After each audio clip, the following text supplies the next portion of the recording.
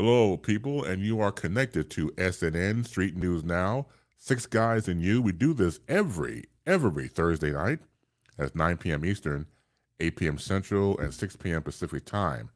Now, you make sure you go to the YouTube channel, that's YouTube, of course, and type in SNN Street News Now. Make sure you subscribe, make sure you like, and make sure you share. Also, catch us on Facebook Live, Twitter, and Twitch.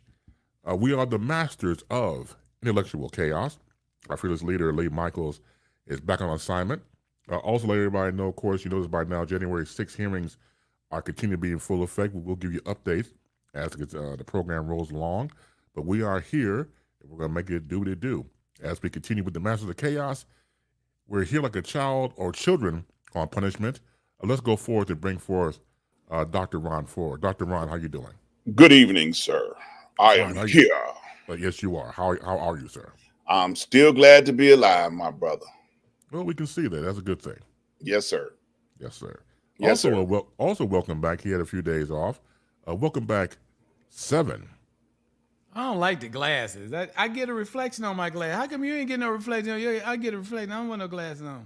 Okay, no glasses. Okay, no glasses then. I'm doing good, man. I mean, I had a scratchy throat, went through the COVID-19 thing. We're going to talk about that a little bit tonight, what everybody's kind of going through, but it's good to be back with the team. Thanks for, hanging in there while I was gone. Absolutely. Thank you for being back. Also, another person who changed his name, Buck Wheezy. I'm sitting up here trying to get my my headphones to stay on, but for some reason they want to keep going in and out. Just when you use ghetto equipment, that's what happens. Size of your head. Hold on. Well, we still forgive you anyway. It's not a problem, man. Yeah, that's it. This is really sad. Yeah, well, that happens. We'll tell you we're going to start it immediately. So once again, thank you all for being a part of this. You know the routine. Please type in the comment section to be interactive. Without further ado, let us start with Dr. Ron Ford. Well, thank you, sir. I got an interesting topic for this evening, and I'm interested in getting my colleagues' response on this topic when I throw it to you guys. And I already know what Buck Wheezy gonna be talking about, so he's just so predictable when it comes to talking. certain things and topics. So my topic is today in proper English already.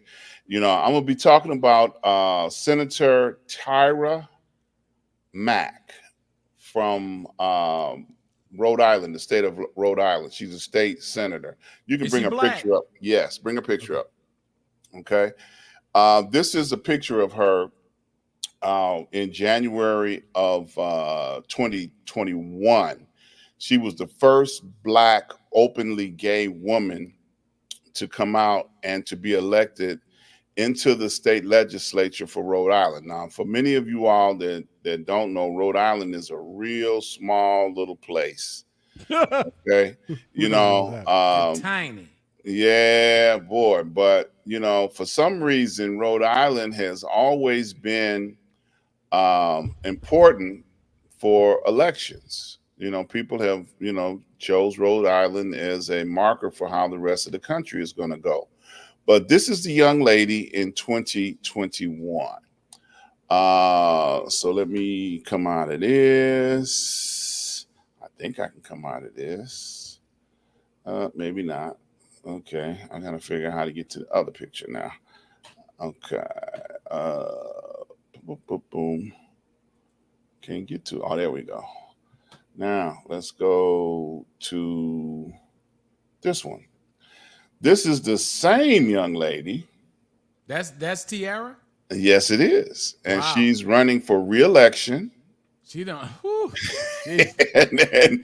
and she was twerking. This was actually a picture from a video. And she was twerking on a beach. And they made a big stink out of this. She was all over the media. They were cracking on her, talking about, man, look at this gay girl from Rhode Island, and this is what she chose to do as part of her campaign stuff, and it was kind of interesting, the way that people were slandering her about, this particular, the way she chose to advertise herself. I think it's very artistic. Can you go back to that picture just for a second? Okay, sure. I love the way the house, Uh-huh. is that a house or a church? Kind of In the background. Yeah, I mean it's almost picture perfect.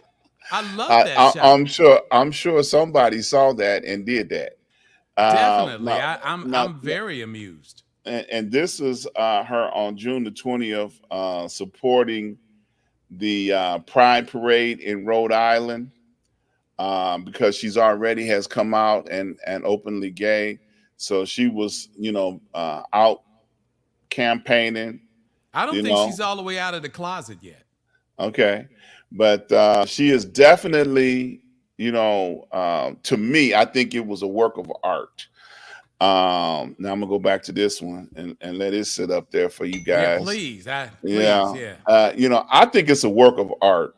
I do too. I agree 150%. The fact that everybody across the country is talking about this young lady, and they ain't even got to be in Rhode Island. They just talking about her because of her 28 years old, by the way. I meant to say that. She's 28 years old. Okay. And she is not ashamed of her body, obviously. She shouldn't be. And of course, the fact that she did what she wanted to do to advertise herself running for office, and she got worldwide recognition, but it was not good recognition. They talked about this young lady, because of, she's a young lady.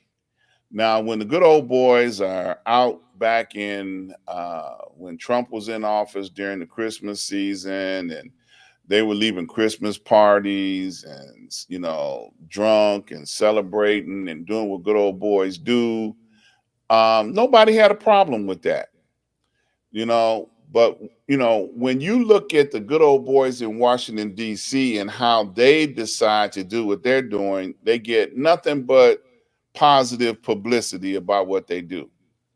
Okay. So when you look at this young lady, and I don't, have a problem with anything that I'm looking at, either her gayness or her twerking, because like I said, that was a image from the video, doing, celebrating her, herness, being who she is, being out there, proud of who she is, and doing what 28-year-old young people do. Okay, that just happens to be, a current dance move. But because she is in politics, they smashed her and came down on her real hard.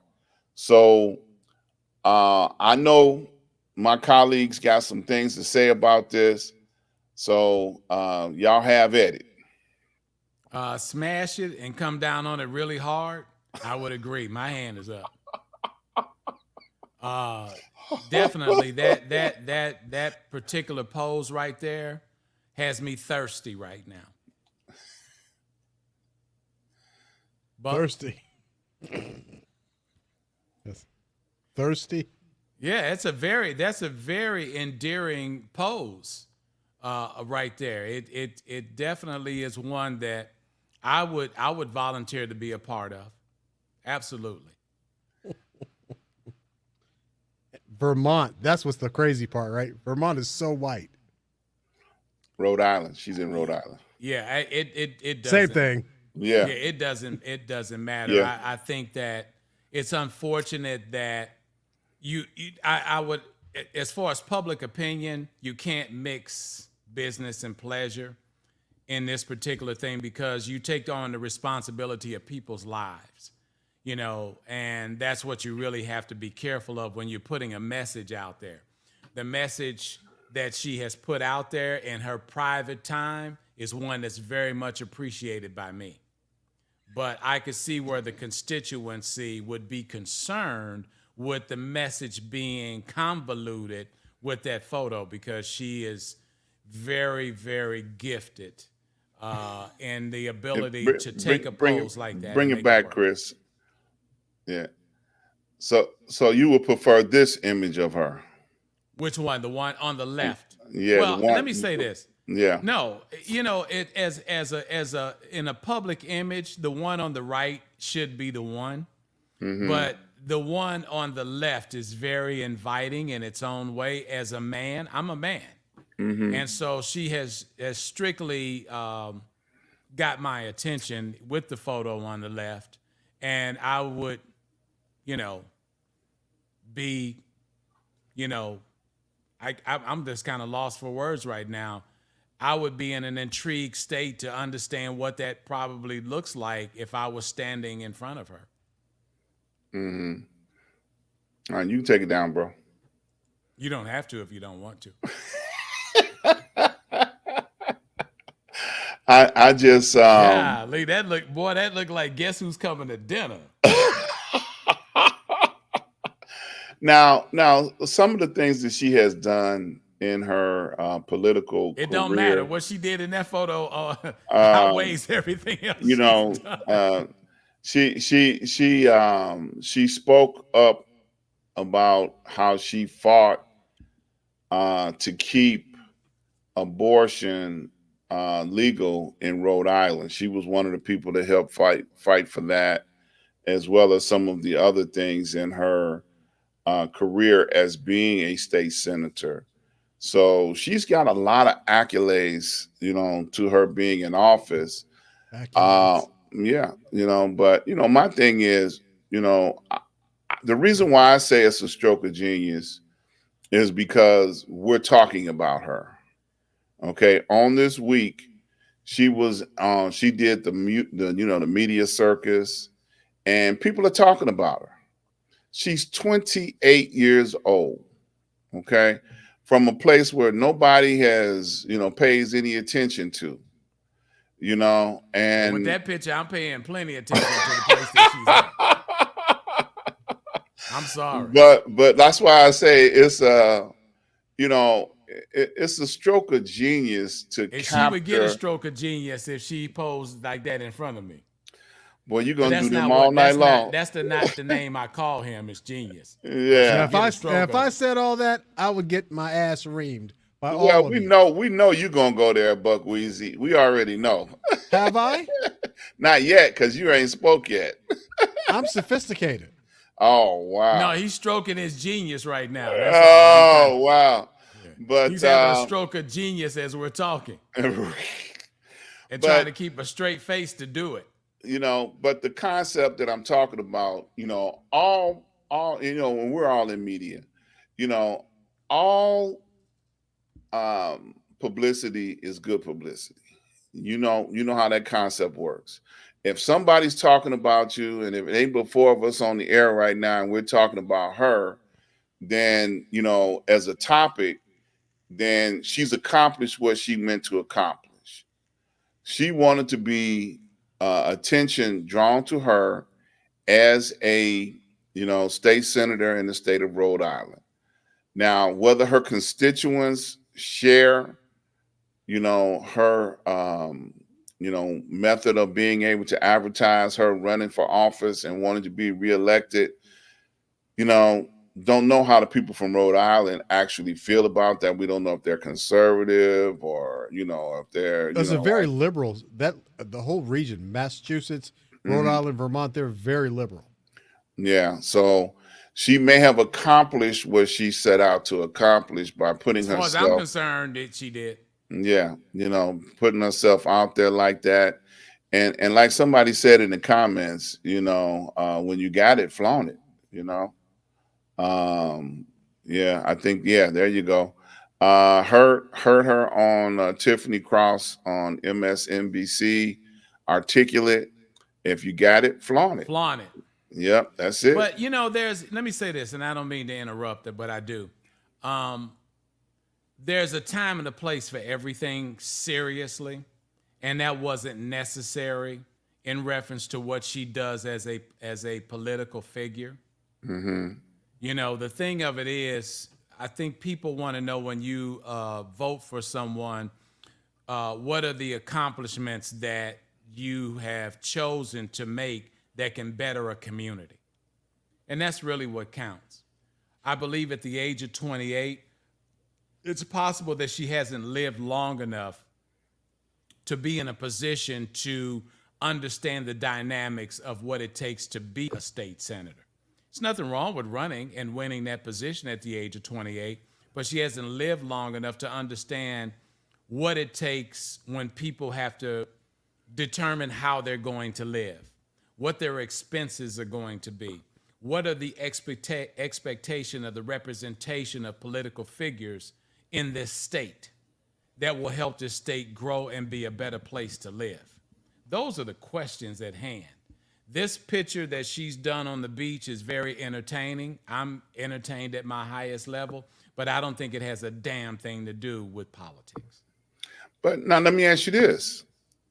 Are we judging her far more critical than we would say a male?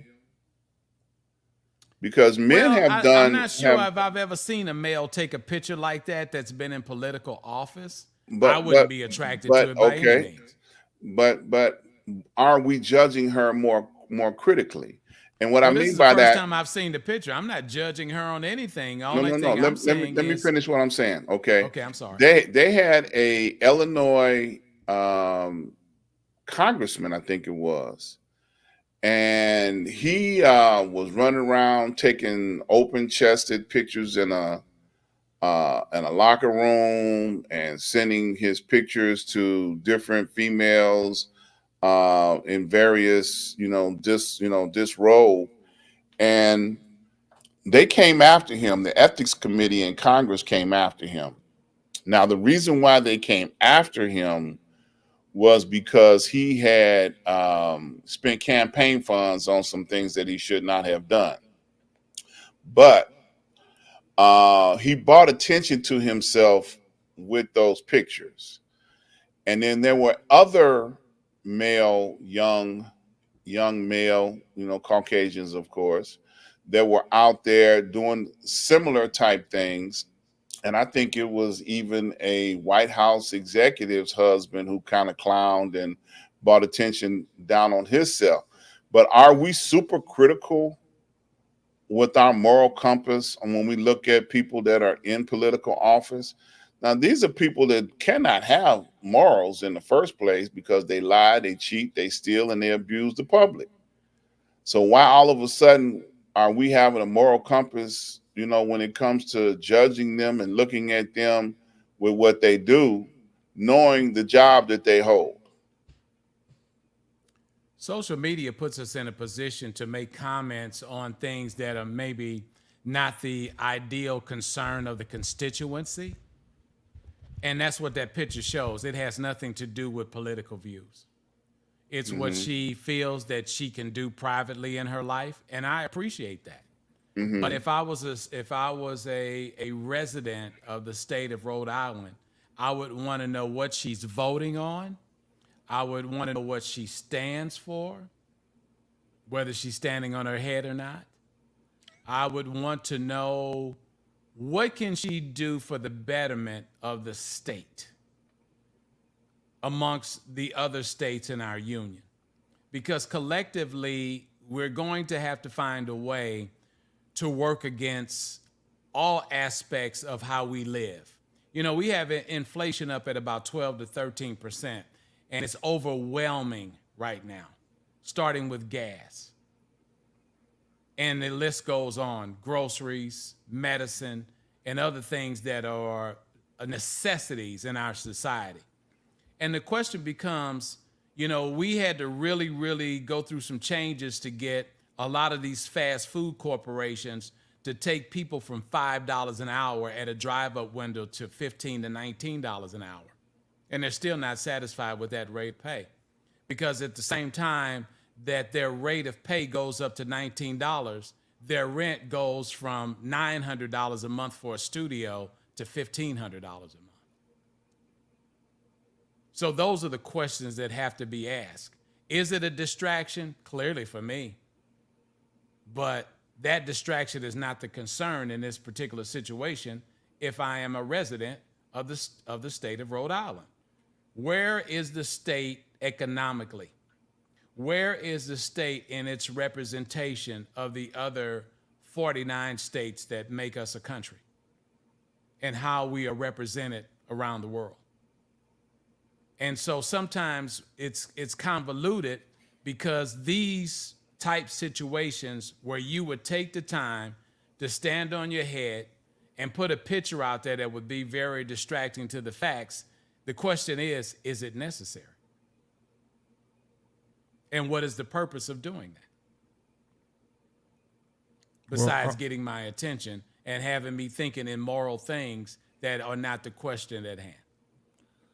Well, everything that Seven just said is on point.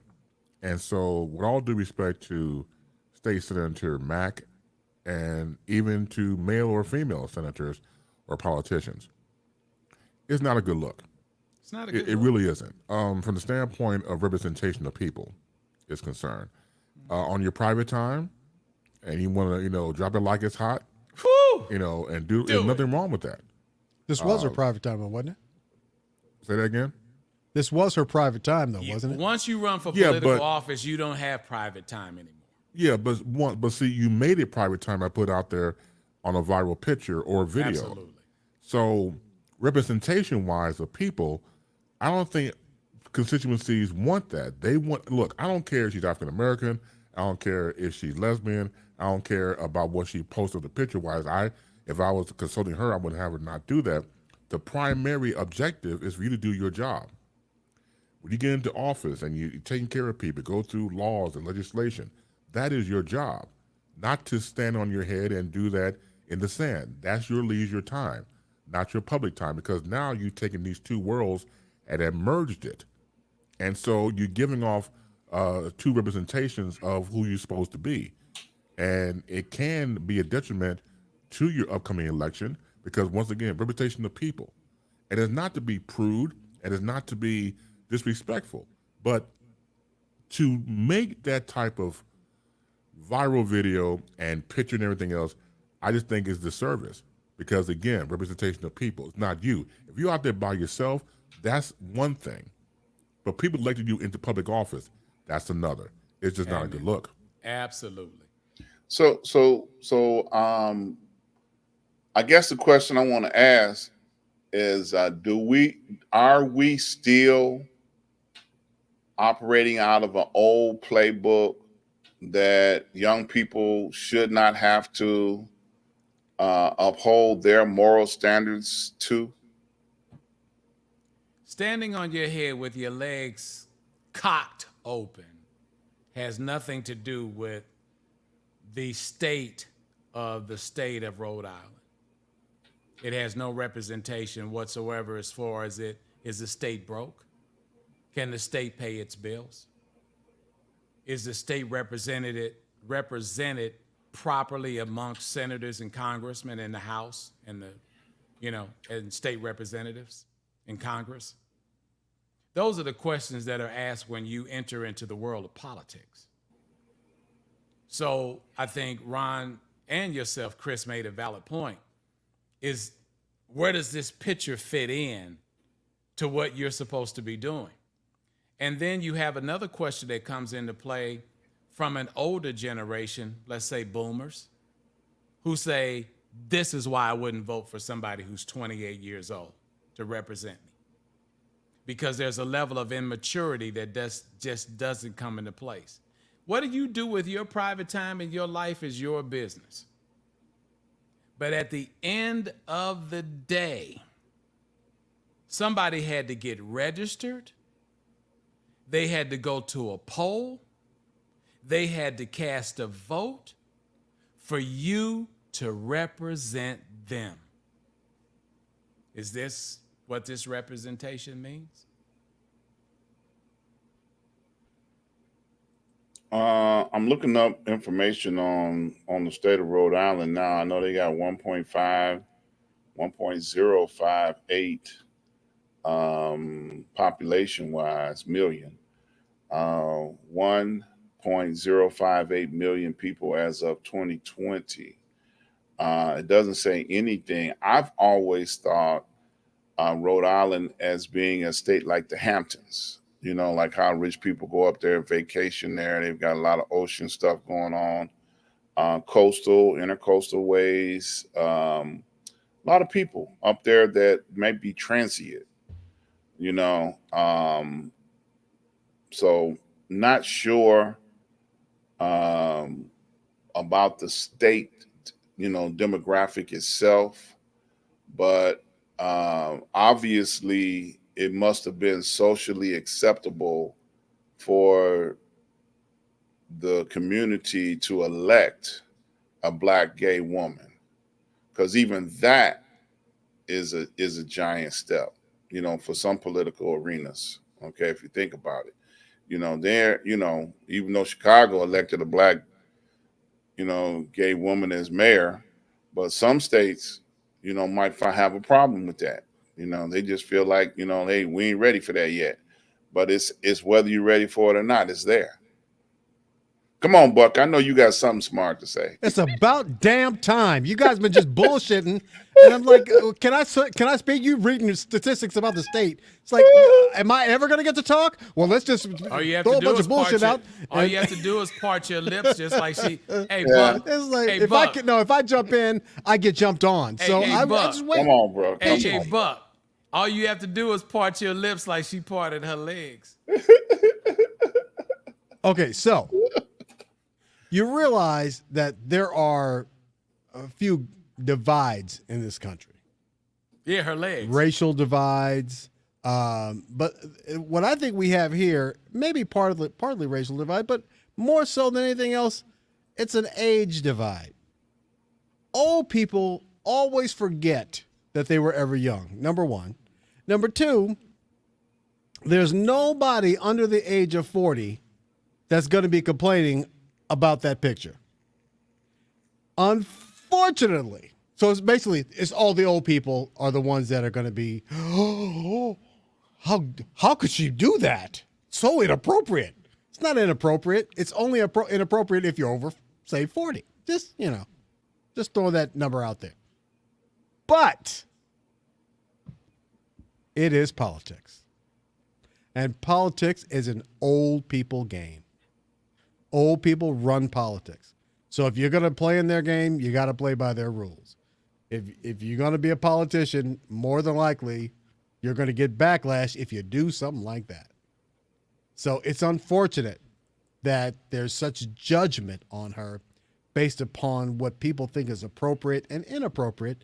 And it's her freedom to do whatever she wants. But more importantly, if you were 30 years old, you wouldn't think that was inappropriate. So again, sometimes I think, and I'm included in this too, because sometimes I react a certain way and I go, dang, I sound old. Just because we forget what it was like when we were 28 years old. You know what I mean? It wouldn't have even been an issue. So that's all I had to say. I mean, you're right, Ron. We're talking about this, and we probably shouldn't even be talking about it because it's just, publicity, free publicity for her. But the reality is we're four old guys, four old black guys. Should be the name of the show. Four old black guys.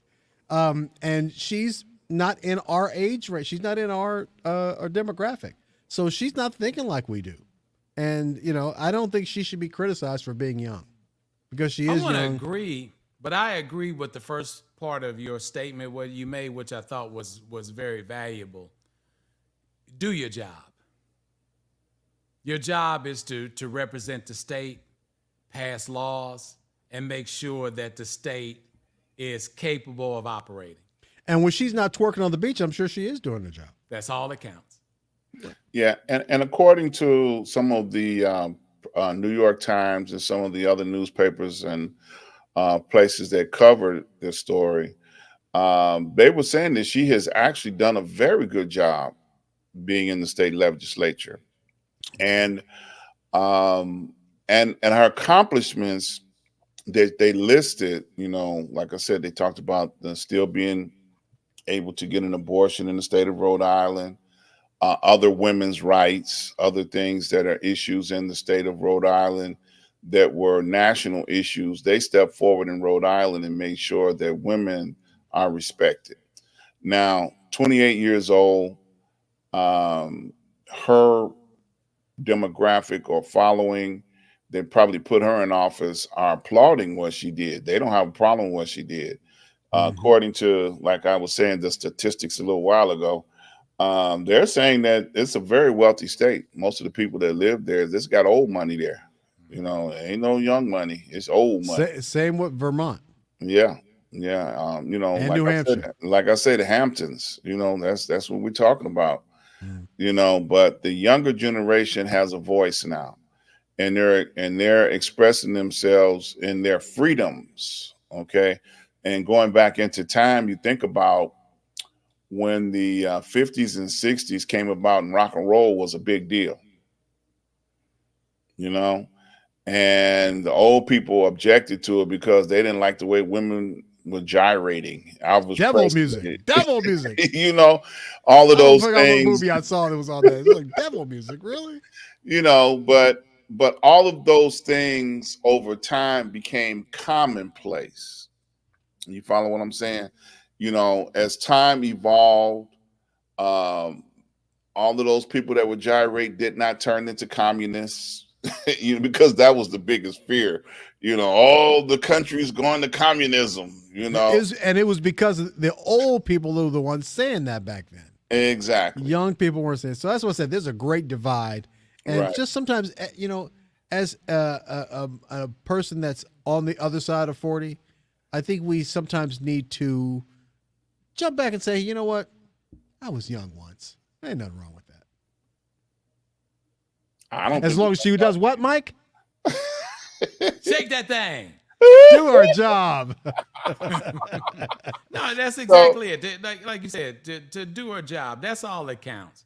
Yeah. Let's go back and look at her record, what she's Right. voted for, what she's represented in her position, and as long as she does that, the news cycle and any of these magazines that look to garner attention of an audience, whether they're 8 to 80, blind, crippled, or crazy. And that's what it is too.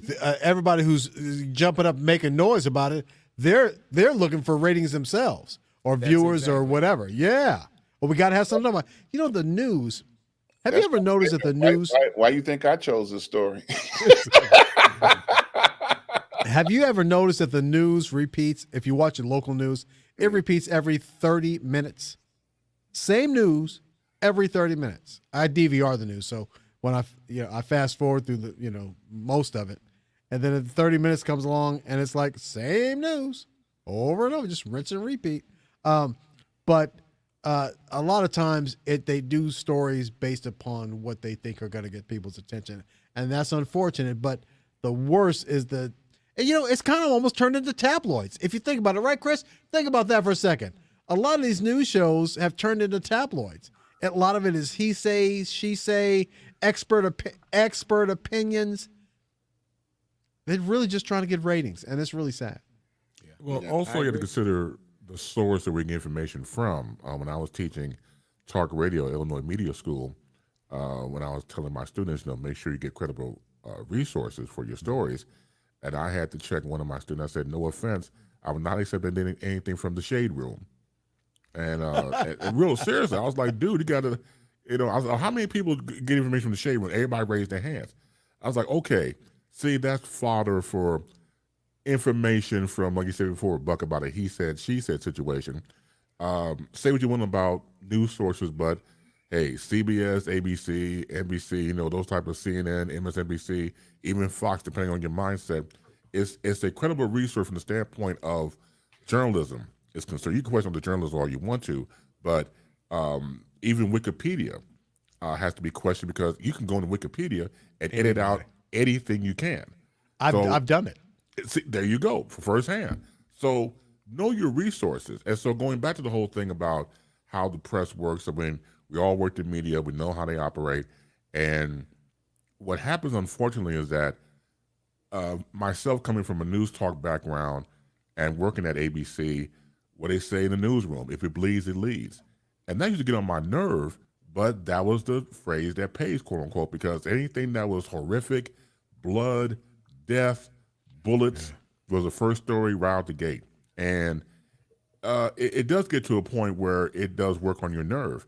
I was talking to a friend of mine today. We were talking about media coverage, and I had to cover O.J. Simpson for 8 to 9 months straight, which drove me to drink on the weekends. I could sit here in front. I was a weekend drinker because now we're talking about covering court. Now, you've ever been to court?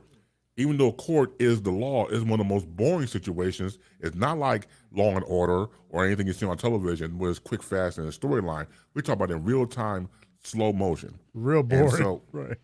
Oh my God, boring as hell.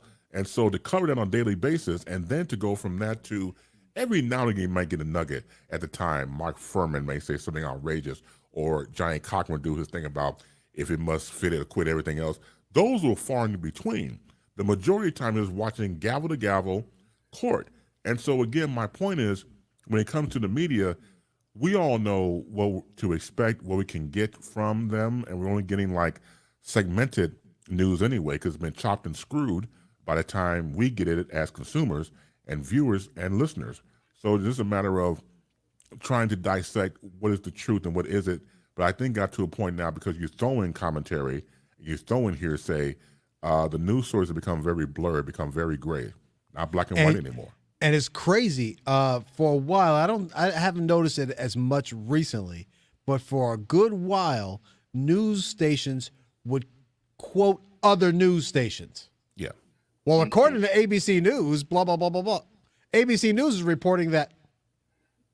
TMZ is reporting that. What do you mean? You didn't get the story yourself?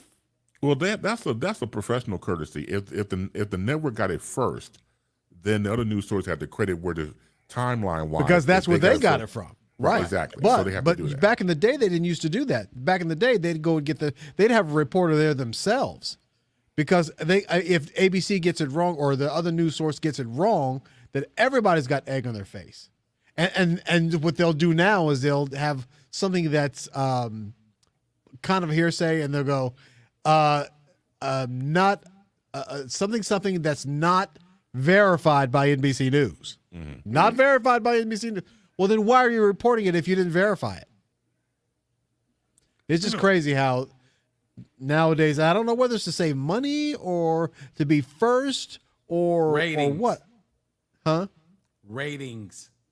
Well, obviously ratings, right? Oh, yeah, I mean, everything's about ratings, but it's just really strange that they break all kinds of journalism rules now. It's like, so to bring conclusion to this whole conversation, most of us on here are fathers. What would you say to that young lady? I know, we know that. What would you say to that young lady about her political future as a father? Get a girl. Sorry. You're saying what would her father say? No, I say as fathers, we're all fathers, most of us. What would we say to her about her political aspirations, going forward? Well, as Buck is saying, he's not a part of that. I think as a parent, you want to believe that your children understand responsibility. That's the whole thing about being a parent, is teaching responsibility in life, not just stories, not, pictures, but just how you conduct yourself accordingly. And so if I'm a father and my daughter is in this position, I'm not going to chastise her because she took this picture, but I'm going to ask her to understand the position that she's in, and not the one in the picture, but the position that she's in now as a political figure. And what does that mean? Because everything that we do has definition. Everything we do is to be defined at some level. So as a parent, if your children don't know, that's your responsibility to define, what you think is cute or what you think is smart, do you know what that really means? Do you know what that represents? Some kids will lie and tell you they do. Some actually do know and don't give a damn. But once again, your job as a parent is to bring the awareness to this situation, because you can't change something that they think. Bobby Stamp says responsible voting. Let's go. Absolutely. Yeah, I don't think that electing her to that position was a bad thing. I don't know. I'm No, not not a at all. resident of the state. What's I up, don't know. Professor? Professor. Professor. Gentlemen. Oh, I feel so obligated to show the picture now. I feel so obligated to show the picture. Oh goodness. Oh, to the professor, he hasn't seen it. Yeah, he haven't seen it. Yeah, but then I mean, aren't we wrapping this topic up? It's been 40 minutes. Yeah, but on the same topic. I just want him to see it before we go. Oh, amen. Yeah, it's just a picture of a state representative and Rhode Island professor. That's all. Oh, okay. Yeah, an elected official. Yeah, You know. and she's not on the job in this picture. She's not making a statement towards a bill or anything that's going on in the state of Rhode Island. She's just taking out some personal time to release herself. Yeah, you got to be careful at all the eyes that are on you, because all eyes are on you when you're in that position. Yeah. Especially on that picture. Wait a minute, in that position as a politician or in that position on the photo? As a politician. Oh, okay, that's just want to get it straight. As a politician, because next time that person comes up for election, right, that picture gonna come out. Well, she's campaigning now. Well, they gonna throw that out. She's going under the bus, or on top of the bus. I mean, because that may actually help her. Because that it's a very liberal state. She ain't running for nationwide office. She's running for local office. Yeah, okay, but like Mike saying, I'm coming in on the last part of it. You got to be more responsible. Because we're in that age where anything goes. Anything goes. And so as parents and as people, we got to set limits on some things, Got to be a parent. And you don't necessarily have to call everything out all the time. But it's like just some things you could be against it and not necessarily say nothing about it. But you want to try to make your actions, you want to try to have your actions so that it's just not, you don't want to be painted as being against everything or something all the time, because I give you a good example. When I was younger, right, and I was trying to court the girls, right, and the test was me taking them home to the house to see my mother. And my mother never told me she never disliked any girl I brought to the house. But she always did like this. It was either this or either that. And I got the message, So you got to, it's certain ways you got to do things and not really just, because once you come out against it, then you got other tribesmen in the back trying to throw arrows at you, right? They're gonna get you. Oh yeah, it's a thin line on stuff, but this is an anything goes society, and some things we got to stand on, but you don't necessarily have to be loud about it or stand on your head. Yeah, yeah, but because I mean, this is the first time I'm seeing that flick like that. Okay, and so, well, if that was her way of having some type of recreation, she's human. And if she was out there on the island doing what she wanted, that was her time. Yeah, 28-year-old senator from the state of Rhode Island who's running for office and happens to be gay. That's it. That's the short and skinny of the story. Oh yeah. Well, like I say, it's anything goes now, man. And then with that, with this issue on people's sexuality and stuff like that, that's another hot button subject. I just listened to one of the reverends, Carlton Pearson. His all-inclusive take. I listened to him. I said, "Oh man, this is, Because he believes there's no hell. What is yeah." it? I mean, but that was one of the things. That was one of his things. But now he's saying that regardless of whoever and what anybody is, we still gotta accept them and love them. Which I kind of like. I'm cool with that because God hates the sin and not the sinner. Because he said we're not going to get rid of them. Because you're not going to get rid of them.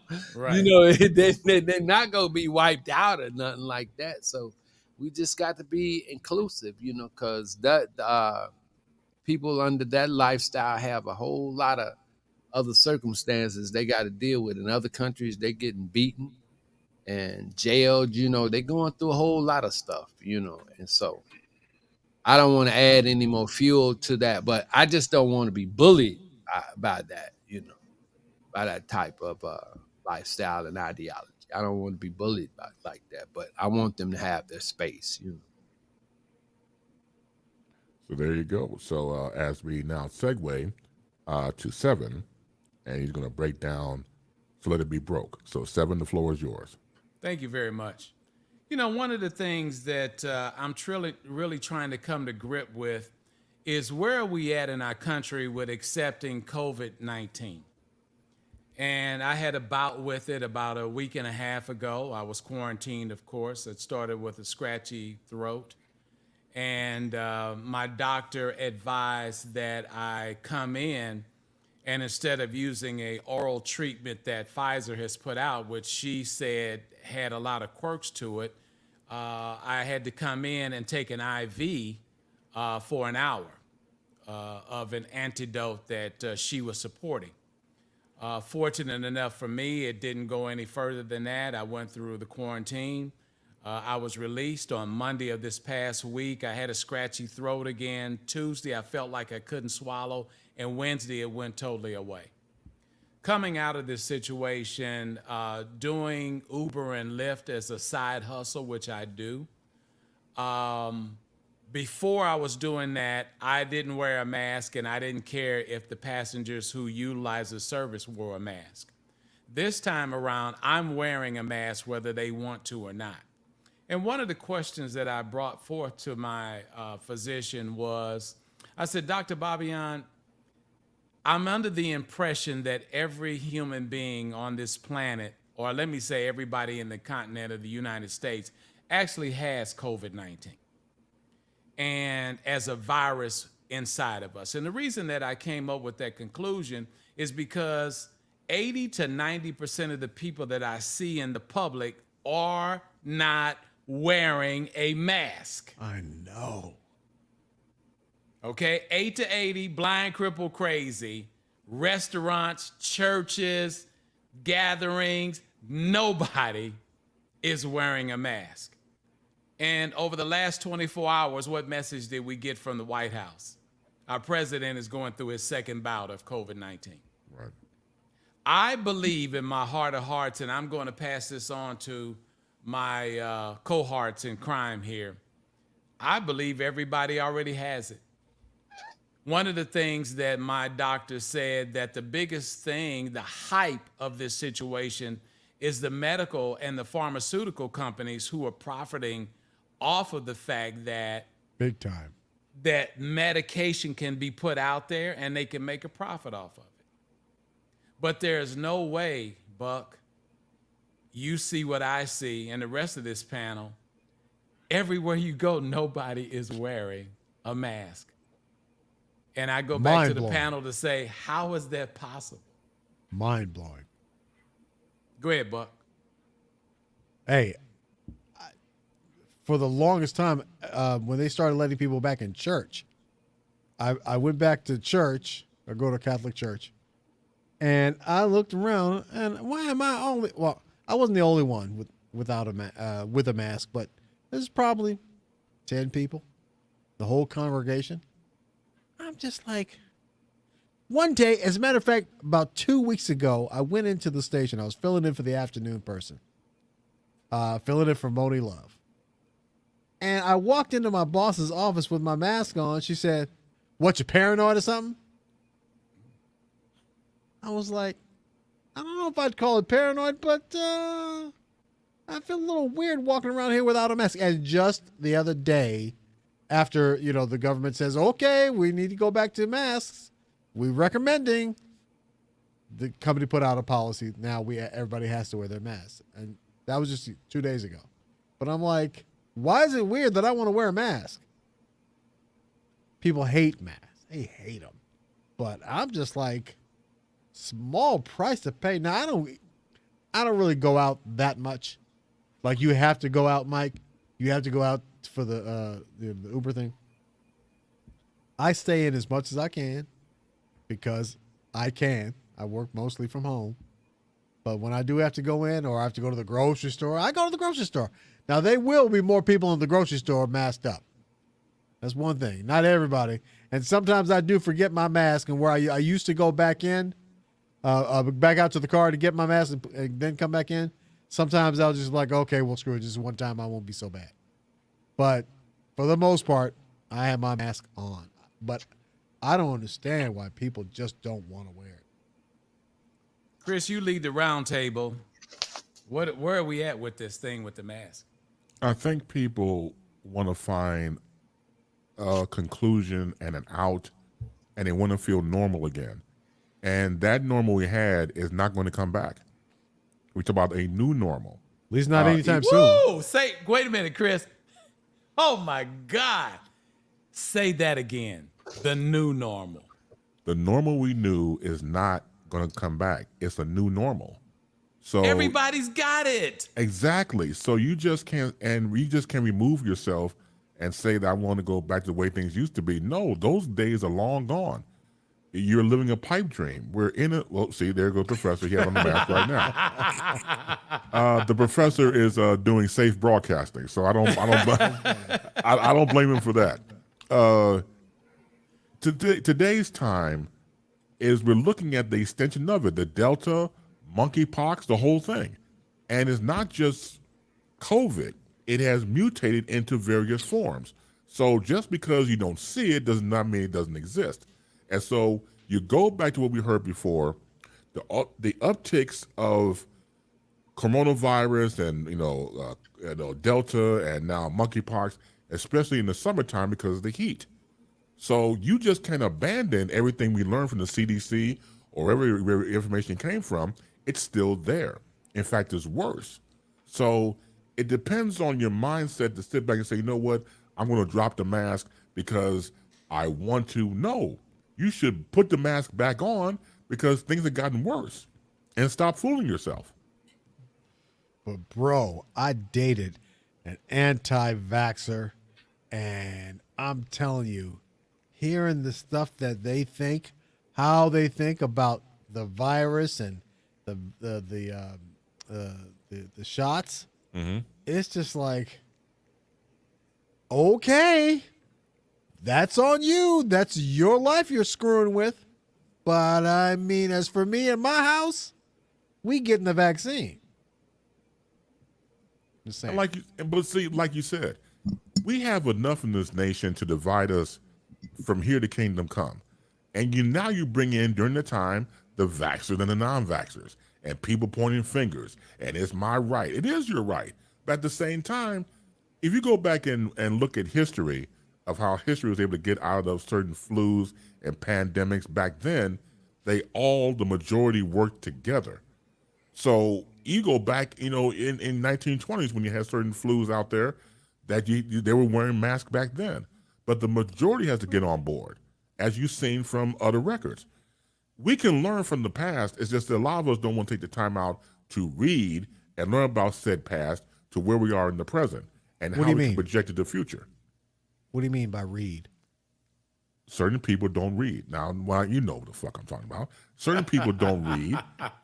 They read? Yeah. What's that? I'm sorry. Let's see. That's a concept. Is that a website? Yeah. Is that spelled R-E-E-D? Yeah. R-E-A-D. R-E-E-D. What social media is that? Is that on Instagram? Well, see, you just proved my point. A lot of people go to social media and have people think for them, whether it's the media, social media itself. I have to think. Somebody else would give me the information and they'll think for me. So that is a dangerous situation when you don't even use the brain to sit back and say, you know what, let me think about this. Let me question what's going on and do my due diligence. But if you don't read, and I don't mean R-R-R-R-E-E-E-D-D-D. I don't mean that. I mean from the standpoint of actually reading information and ciphering out and deciphering what's here, what's there, and That's knowing an your instrument. surroundings. That's Yes, an sorry, go instrument. ahead. So, sorry, did I get Buck? That's an instrument. The read. It's Yes, an instrument. absolutely. So we sir. can't deny ourselves information, especially when it's there, especially when it comes to health codes, which we're dealing with currently now with all the various strands that are out there from coronavirus. And so again, my main point of contention is that whatever you thought about was going to happen back in the day is going to come back. It's not. Do you think, what do you guys think? Do you think this is something that the world needed, like for a wake-up call? Interesting thought. Yeah, good point. The wake-up call should have been here with certain people. I mean, look, the state we're living in right now is a lot of drama. You know, coronavirus, inflation, job loss, infrastructure. We can go on. And gas prices. I mean, that alone is a whole different conversation. We are living in strange days. But how do we maneuver and how do we navigate is entirely up to us individually and up to our families and friends that we associate with. I think the main thing is to stay informed and try your best to make sense out of what's happening. It's not the easiest thing because we have all these things coming at one time. You're throwing abortion, you're throwing gun laws, and everything else. It's just a lot to go through. But we have to because we have no other choice in the matter. You just have to find a way to, again, navigate. Nobody says it's going to be easy. It's just not. So we got to find a way to just survive at this point. So Chris and I are both sci-fi geeks, right? And in Star Trek, there's the whole premise of Star Trek is that at some point in our future, within the next 100 years or so, we discover warp drive, which allows us to travel faster than the speed of light. And when we do, we get the attention of a species that was monitoring us because they knew we were getting close. So they come down and they make first contact or whatever.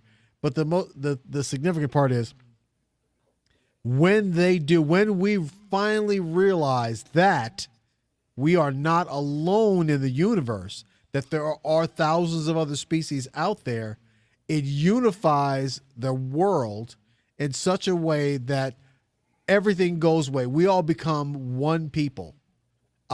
We put aside all of our differences. Money goes away. All the social problems that we have now all go away once we realize, hey, we're not alone in the universe, and there are cultures out there that would love to come in and wipe us out. So we need to put aside all of our BS and become one people. Maybe the virus was supposed to do that, bring us together, to make us realize that all of our differences are not important. But of course, we fight back, boy. We want our differences. We like being different than everybody else. We want to look down upon somebody else. Now Don't this hurts me to say this, but I'm gonna say it anyway. Buck, you got a point. That's a good one. But it's not. That was a good one. But it's not from a Star Trek perspective. It's from a godly perspective. Right. Only God can shut down the world, and only a God who created the world can shut it down, and He did. You know, He shut down everything worldwide, not just United States. The United States was just a little bit more hard-headed than most other countries, but it was designed for us to stop what we're doing and seek God in this time of crises. A wake-up call. Yes, and most people decided that, oh, we can jumpstart the world. They pull out the biggest pair of battery cables, and we got to get our economy back going. We got to get this back going, because that was more important to them, is our money and their money and how to get more of it.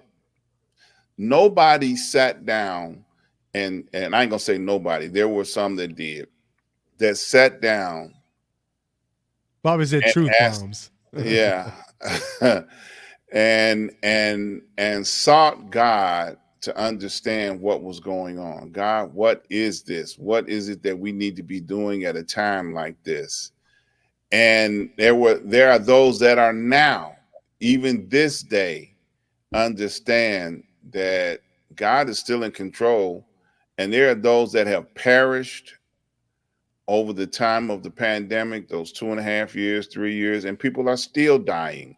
They just don't report it on the daily news like they do, like they used to every day. And even before we had this mystery vaccination that's the cure-all for everything, that has created another difference between the do's and the don'ts, the ones that have and the ones that haven't. You know, there's enough separation in the world. There was a one unified effort, 6 feet apart, wear a mask, and wash your hands. That was before any vaccinations even came out. Okay. And then when the big pharma got involved and said, okay, we can make money off of this, and begin to start, creating another opportunity to make money. And that's exactly what they did. They created an opportunity to make money.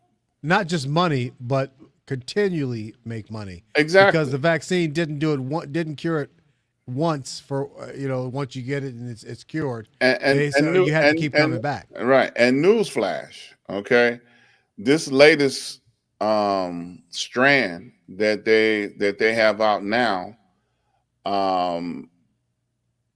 it has been reported that the very first vaccination that they started giving everybody may or may not have an effect on this current strand.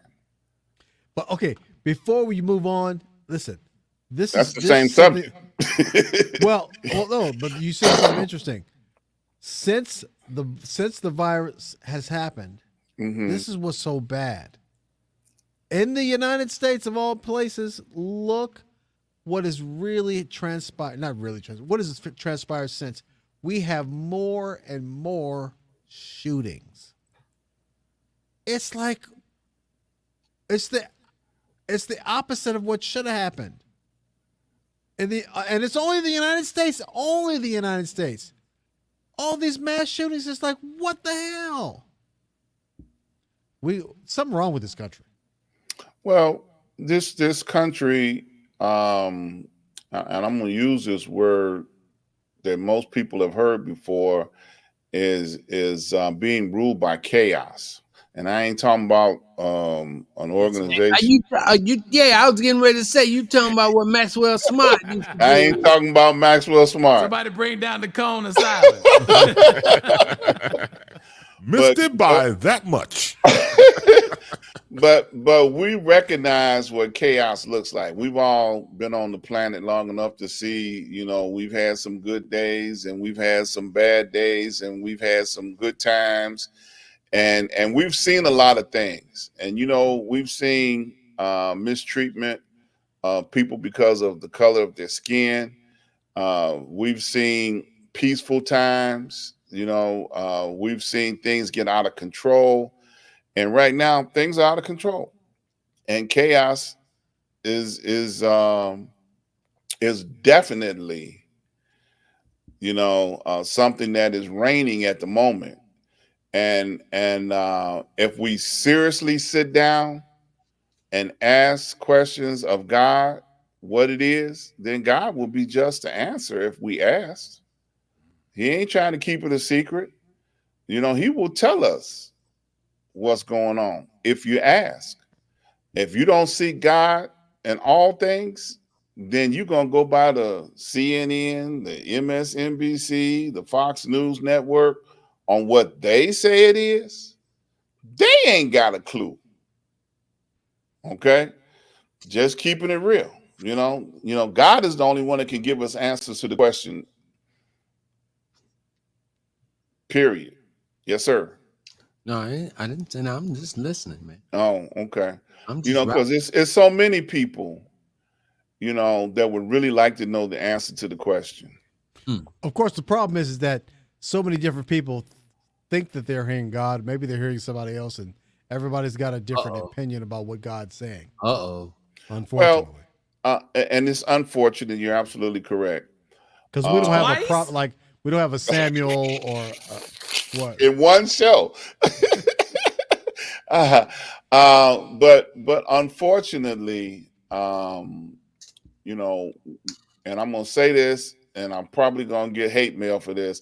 Everybody's supposed to have a personal relationship with God. Woo! So if you've got a personal relationship with God, that means you can go to him and ask him questions and expect an answer.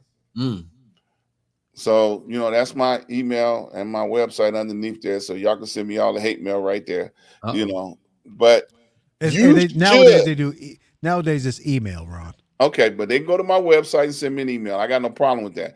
But if you have a personal relationship with God, then you can seek him and get answers so that you know you're in the right place, getting the right answers. No, in spite of what Fox, CNN, MSNBC, Street News Now, no matter what we're saying as a media outlet, you should be able to go to God and get an answer and find out what is it that I'm supposed to be doing.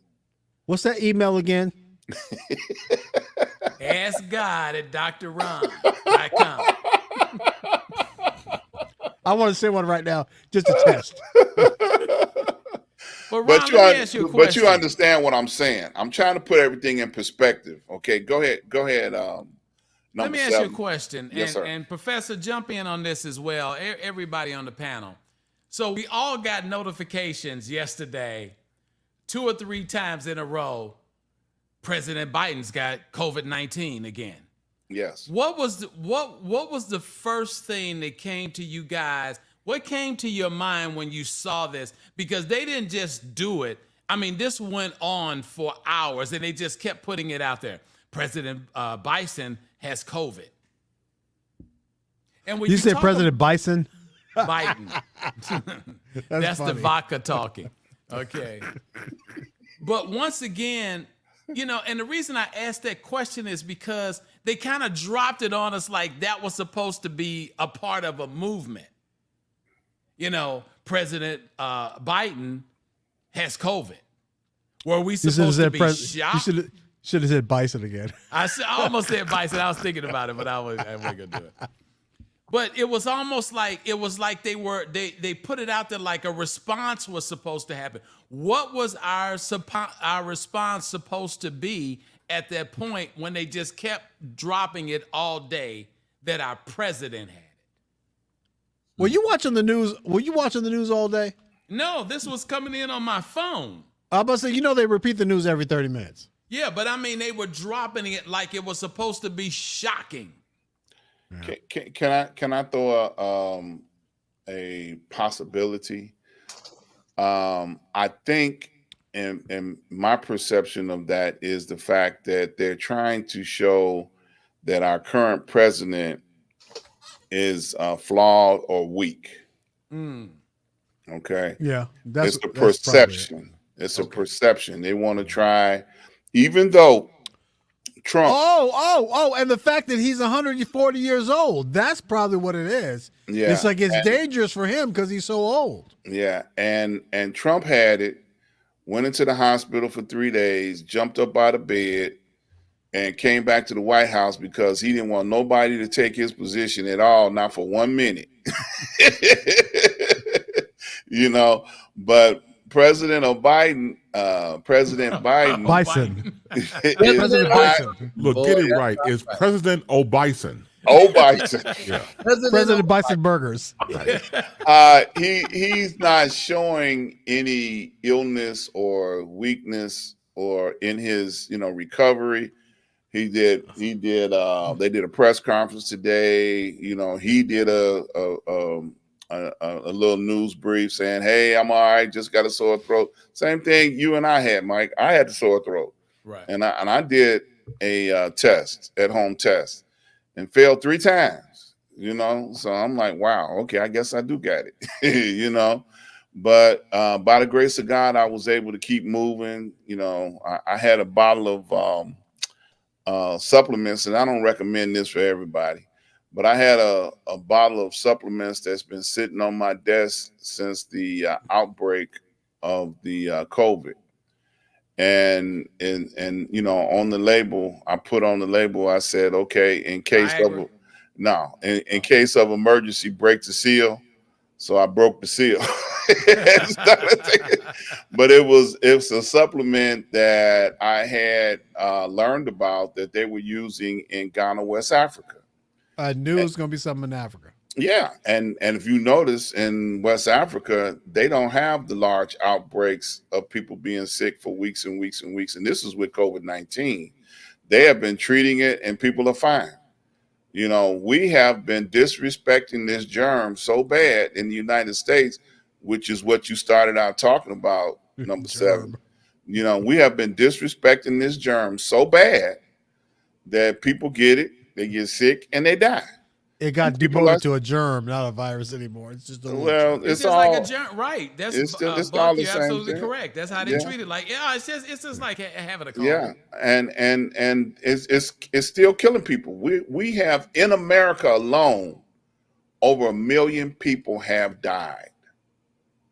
1 million people have died because they did not respect what was going on with this thing. And there was people on their deathbed talking about, I wish I would have listened. Okay. Well, I'm glad Dr. Ron clarified the bottle because it almost sounded like you said about to say, I grabbed a bottle of Hennessy. I was going to say vodka.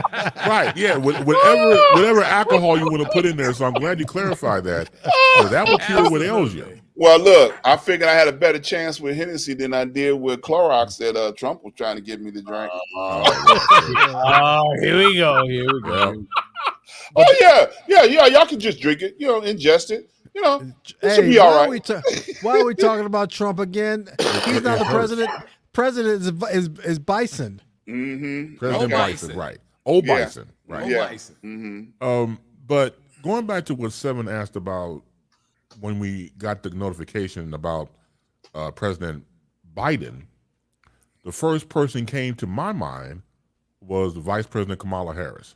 Mm-hmm. Yep. That's the first person that came to my mind. Kamala. Let's call the whole thing off. So whatever you want to call her, Vice President Harris, how about that?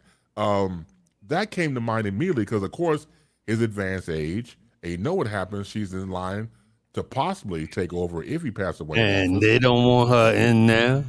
Well, we know that. But nobody's talked about it, whether she got it. Right. Well, they said that she was tested and she doesn't have it, but once again, information that's given to us, we got to take it with a grain of salt, literally. So we don't know if she has or not. Again, being out in the public, being a public figure, how can you not get it? How can she not get it? And her boss has it twice. Thank you. Exactly. So that's maybe they're wearing. For me. Maybe they're wearing masks in the ready room, or what do they call that room? The Oval. Mm-hmm. When they West Wing and everything else. Yeah. Yeah. We'll see. I don't know. It's more than disturbing, but great talk about the whole COVID thing because people got to wake up, man. It's still here. It's not going anywhere. I just honestly believe, Chris, that everybody has it, and they don't want to tell us that it's a virus that's in all of us. I don't think I have it though, Mike. Say that again. Sorry, Seven. I don't think I have it. You may not think you have it, but it all depends on how your body reacts to it. Now, just think about the last 2 or 3 people that I've spoken to all were in the same position I was in, and they were talking about a sore throat.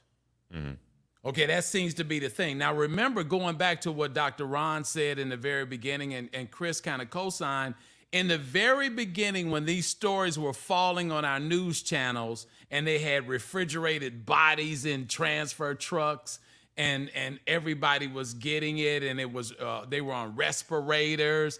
We don't even hear about all of that anymore. Platinum Project says, I rebuke that.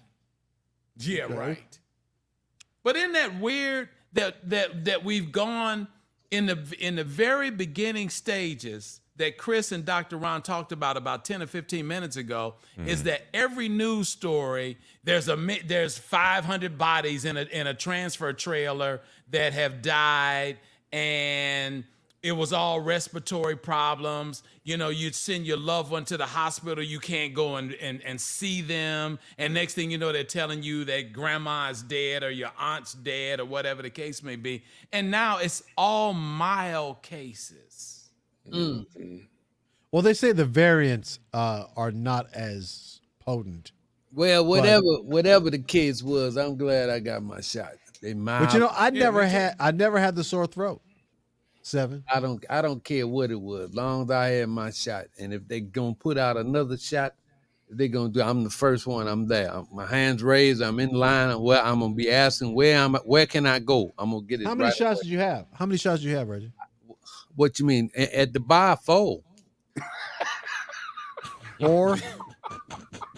So you've had 4 different booster shots? No, I've had 3. I've had the 2 and then 1 booster. Okay. But when at the bar, I'll take 4 shots. You know. Is that dark liquor or the white liquor? You know, I'm on the dark side. I'm about to say, what's this dumb question? You know good and well he don't do nothing white. And then I'm not gonna respond to that. And then you come on, you know that was a such good a one. danger Come on. zone. Thank you for answering that yourself, because I think all of us were going, no, look. Listen. You Come know on, that was a good one. No, y'all was talking about something earlier, and then I've been holding. I wish I could play it, but I was thinking about the Temptations ball of confusion. People people moving in.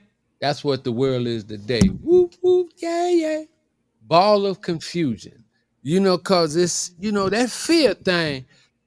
Why do they always put this fear up in the election year? We got to be scared of everything. Now we scared of the virus again. Now we scared of this. Now we scared of that.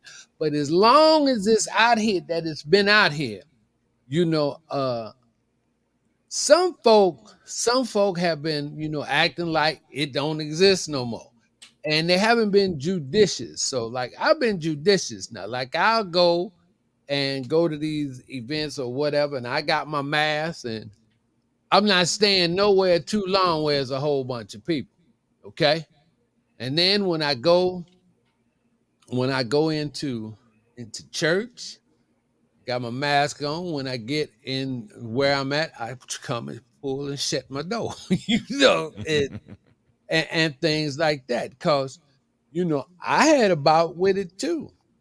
Okay. I got the little runny nose, and next thing you know, oh man, I'm going through all that stuff. But then I started drinking gallons of water. What does that do, Professor? Stop right there, because my doctor has me doing the same thing. Man, you flushing toxins up out of you, you know. Oh. And you're pissing a lot. Yeah, you let me show you guys something right quick. Hold on. Yeah. Don't urinate in front of us. We're not R. Kelly. I was about to say, I don't think we want to see you piss, Mike. Right. Sam. No, we know. I'll make a new nation by myself. I don't need anybody to show me. Yeah. So, Jose, so I'm the only one that has not had the virus, huh? I got this haven't at had it either. Walmart when my doctor told me I needed to drink a gallon of water a day. Oh yeah. Yeah. Oh yeah. And I mean, this is the only way I can get through it. But a gallon of water a day, I mean, pissing I'm telling all day. you, I'm urinating at least 3 times an hour minimum. Mm-hmm. So But it, but the good thing about drinking water, whether you're sick or not sick, it flushes all of your organs. yeah, Yeah, every organ you got, needs to be flushed out on a regular basis. And I'm talking about with nothing but, if you can get alkaline water, that's even better. yeah, that's Because what I got. That's what I got. because alkaline water, you know, increases your alkaline levels in your body, and germs cannot live in an alkaline body. Okay, period. If you've got your body, if you got your alkaline levels up, germs can't live in your body. Your organs are going to be flesh and working properly. Go And ahead, bro. also for the fat people that are watching, Wait a if minute. you're Wait a drinking minute, water Dr. all Ron. day long, Hold no, it, listen, hold listen. If you're drinking water all day long, you're not going to be hungry all day long. Wait a minute. Wait a minute, Dr. Ron. Mm-hmm. What? Wait a minute. Hey, wait a minute now, Doctor. You saying if I be an alky, the germs can't live? You say if I be an alky, That too. Hey, no, look, have you ever seen a sick wino? Come no, on now. no. So I went and I do my thing, right? And so I keep drinking that water. Cause it's almost like how an engine needs oil. You know? Hey, Jed made a good point though about the fiber thing. The fiber helps a lot too. It'll have you going number 2 all day. Yeah. Filter. Well, I got my No, he my said filter. That says filter. yeah, I Oh, got my I didn't say fiber. Oh, Yeah, I filter. got my healthy heart. I don't have my mix. glasses on. I see. I got my healthy heart mixed with my sunflower seeds, Right. cashews and pumpkin, cranberries, and all that kind of stuff. So Yeah, I the do berries are real important. that. Yeah. So Yeah, if you So, add lemons handle that. and limes to your water, that helps bring the alkaline level of the water up. And it also helps, increase your alkaline levels in your body so that you well, you ain't got to tell me nothing about being an alky, man. I've been handling that. I drink a lot of red water. I yeah, mean, before yeah. I Yeah, even got with you guys, man, I had times where I was an alky, man. And then you talking about alkaline. I was, oh man, I had to get that just based on the name. Alkaline. This almost tastes like chocolate. Oh, oh my God. I think we all off the subject. But when you talk about, like I said, and I got this at Walmart and I stumbled up on it because I left the doctor's office and she said, I want you to drink a gallon of water a day. Yeah. And so this starts at 8 a.m. and it goes like 8 to 10, 10 to noon, noon to 2, 2 to 4, 4 to 6, and 6 until 8. And I kind of knew what she was trying to do, but I didn't know it until you guys kind of broke it down a little bit more. But this is a hell of a flushing right here. That along with zinc, vitamin C, and I think it's D. D, those- yeah, vitamin D2. those things that Yeah. I've been. But I ain't gonna lie though, going to the bathroom every 15 minutes that got on my nerves. Man, it got on my nerves really. I mean, But that and should think be about a it. I'm in a norm. car. I'm in a car. I'm about to say, and how I'm you doing in driving. the car? You got a little bottle with you? That should No. be a I mean, norm, you know fellas. what? Thank God for what are the two biggest gas stations now? Racetrack and what's the other one? Quick Trip. Quick Trip. Man, if it wasn't for Quick Trip and Racetrack, because there are certain areas in Texas, in Dallas, that because there's so many homeless people, you can't just go in there and go to the restroom. Right. All the restrooms are locked. Well, So you got to be thinking the moment you feel that you have to urinate, you got to start planning that out. I mean, man, that was cool when we was young, though. All we had to do is just get on the tree, man. right. Look, in Chicago, we got this thing called an alley. Yeah. You know, and it's and that's where you walk the dog at, in the alley. So me and the dog be getting down, boy. And if you Well, if get you are- downtown, you might have a problem with some of them rats, but hey, Unless your name is R. Kelly, then you could use a girl. Oh, there we go. oh man, There we go. Oh, there we go. You know, Jed put the thing on there about the leaders, and I did see those bottles. Thank you so much for that. The thing of it is, what's great about this now, and I don't take this with me. Normally, when I'm staying home all day, then I'm hitting this based on the, like I said, 8 to 10, 10 to noon, so on and so forth. But once again, it's very, very inconvenient, to say the least, because you really kind of have to know the stops and be prepared for it. Because I turned 65 on Sunday, and over the Happy course birthday, of by the the way. last 20 years, don't lick that dog in the mouth, but for the last 20 years, because he can look at his tongue, he's getting ready to tongue kiss you like at any moment. The thing of it is, it's going down and you can't control it.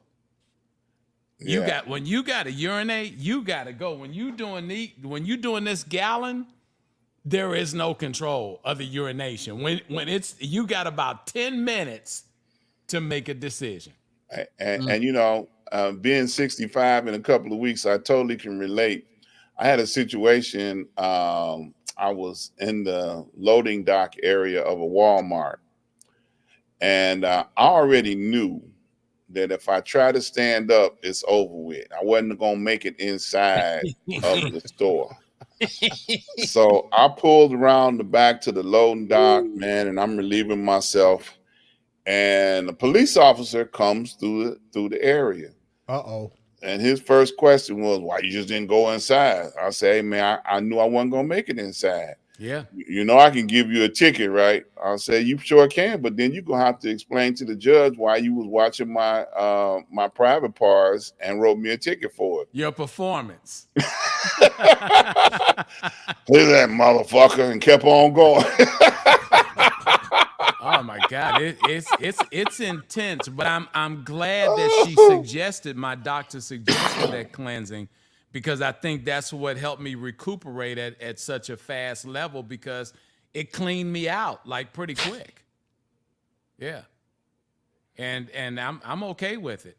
It's just that's something, when you got to drink a gallon of water a day, travel is not part of your game plan.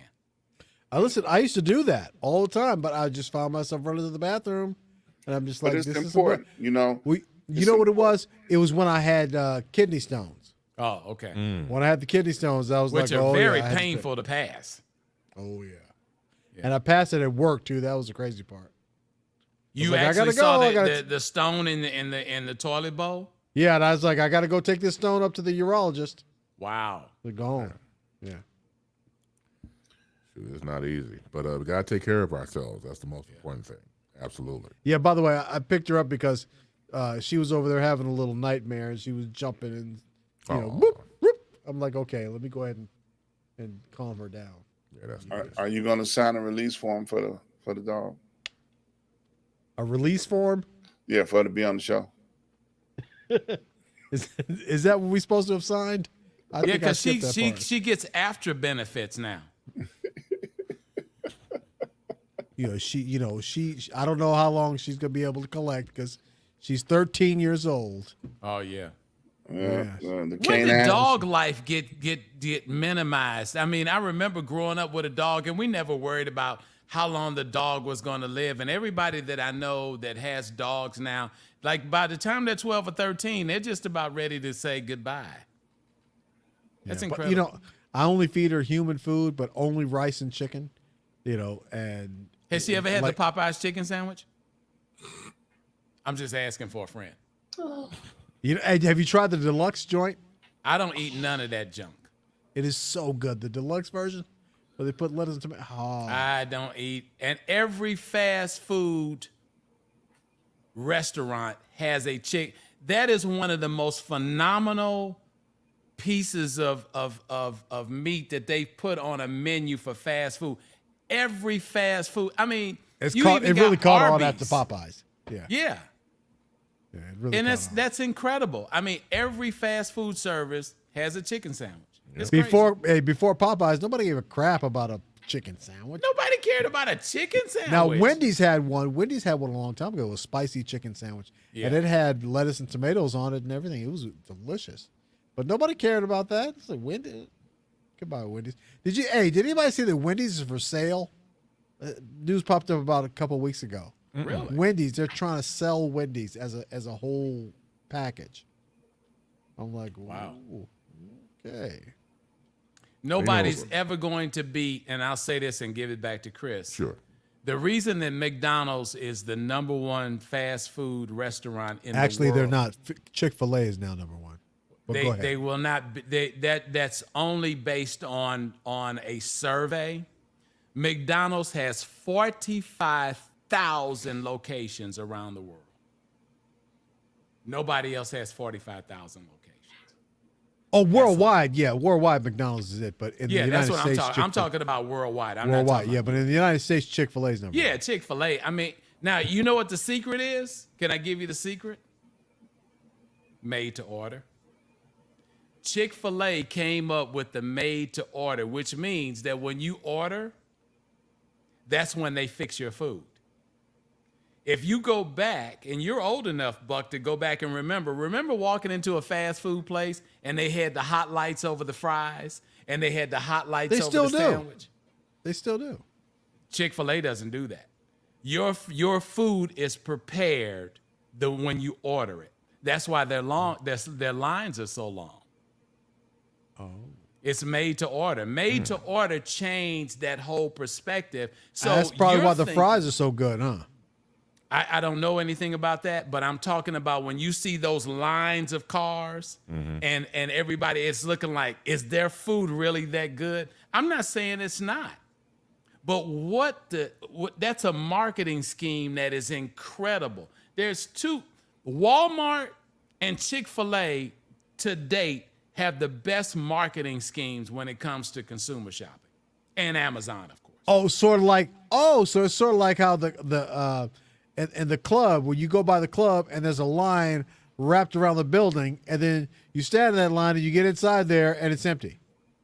Man, I ain't never. They hold the door. No The Chick-fil-A. VIP line that you pay $50 to get in. Go ahead, Professor. No, I haven't dealt with Chick-fil-A yet. Now y'all gonna make me go check it out. It's all made to order. That's how they put themselves on top. They do not fix your food until you order it. Oh, And the food's not bad either. I mean, it's not spectacular, but you know. so I'm gonna have to find Chick-fil-A. I still love White Castle. I miss White Castle too. What? They don't have them down here. They don't have What? them down here. It's Crystal, only Crystals down here. Oh similar. man, you mean to tell me you love sliders? Oh, Oh man, I mean, I'm from St. Louis. White Castles was big, dog. Especially Yeah, coming man. out the club at night. Oh my God. oh, those was when we were young. You were younger, right? Yeah, when you got 'Cause the you ain't dealing with no munchies. sliders when you old. Yeah. Well, that's Hey, when hey, you got the Reggie. Hey, munchies. you might. If I you make backed sliders up, at home. I don't Man, make if you- full. When I make a hamburger at home, I don't make no full hamburger. I got little slider buns, they're this big, and I make a little tiny patty because that's what you do when you're not trying to be fat. if you're backed up like traffic, you might have to revisit some White Castles, man. You might have to slide in and slide out. That's the only time you gonna go is when if you backed up, then you go get some sliders, cause man, Yeah.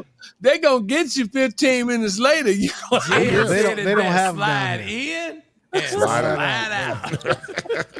But They you know, don't have them here. all those kind of places were great when you had been drinking alcohol all night and you need something to keep your stomach down. You know. Yeah, they have them. They down here they have a similar place called Crystal. I've heard of that. And place, Crystal yeah. is actually a little bit better than White Castle because they actually use a little bit more seasoning on their burgers. Well, I won't ever find out because I'm at the age now where I ain't touching not a slider I or don't even a fool with none slider. of that stuff. No. Even a slider imitation, man. I'm gonna tell you, I went and got some sliders. I was coming home. I was coming home from a gig and go call myself being nice. I stopped and got some sliders for me and the wife. She liked the double cheese slider, man. And then messed around and I didn't get the fries or whatever. I didn't get to complete the order, whatever it was. I had ate my slider on the way, and then came in and brought her slider. Went back to the White Castle, which was about 2 miles away, and we were both fighting to get in the bathroom when I got home. That's a shame. Ooh wee. And The after original that, Pepto Bismol. after that, it was no more. You know, I would tease. I said, "Well, you know, come on, baby, let's go get some sliders." Boy, you crazy? You know, we ain't no more slide. Even my daughter, it was a time where you loved to go to White Castles because that was the only place open at night. You get out the joint, out the club, right? 3, 4 o'clock in the morning, you're gonna go, and then you're gonna it's gonna be a half hour or 45 minutes before they get you your slider, right? And you go in and get you about 6 of them. Then by the time 6 o'clock comes, Yeah. Oh, but you know what though? In the Bay Area, after you got out of the club, you went to Denny's because Denny's was open 24/7. Wow. So you walk up at Denny's at 3 o'clock in the morning on a Saturday night or even Friday night, and it is packed to the point where they got security guards and everything because you know something's gonna pop off. yeah, But well, that's we kind of had generational. Miss Biscuit. We had Miss Biscuit, and the one that was on Miss Biscuit was on South Chicago. And What were you saying, Seven? I said that's kind of generational because my generation, which is I think you and I are about 10 years apart in age, it was going to a Denny's and that kind of stuff. No.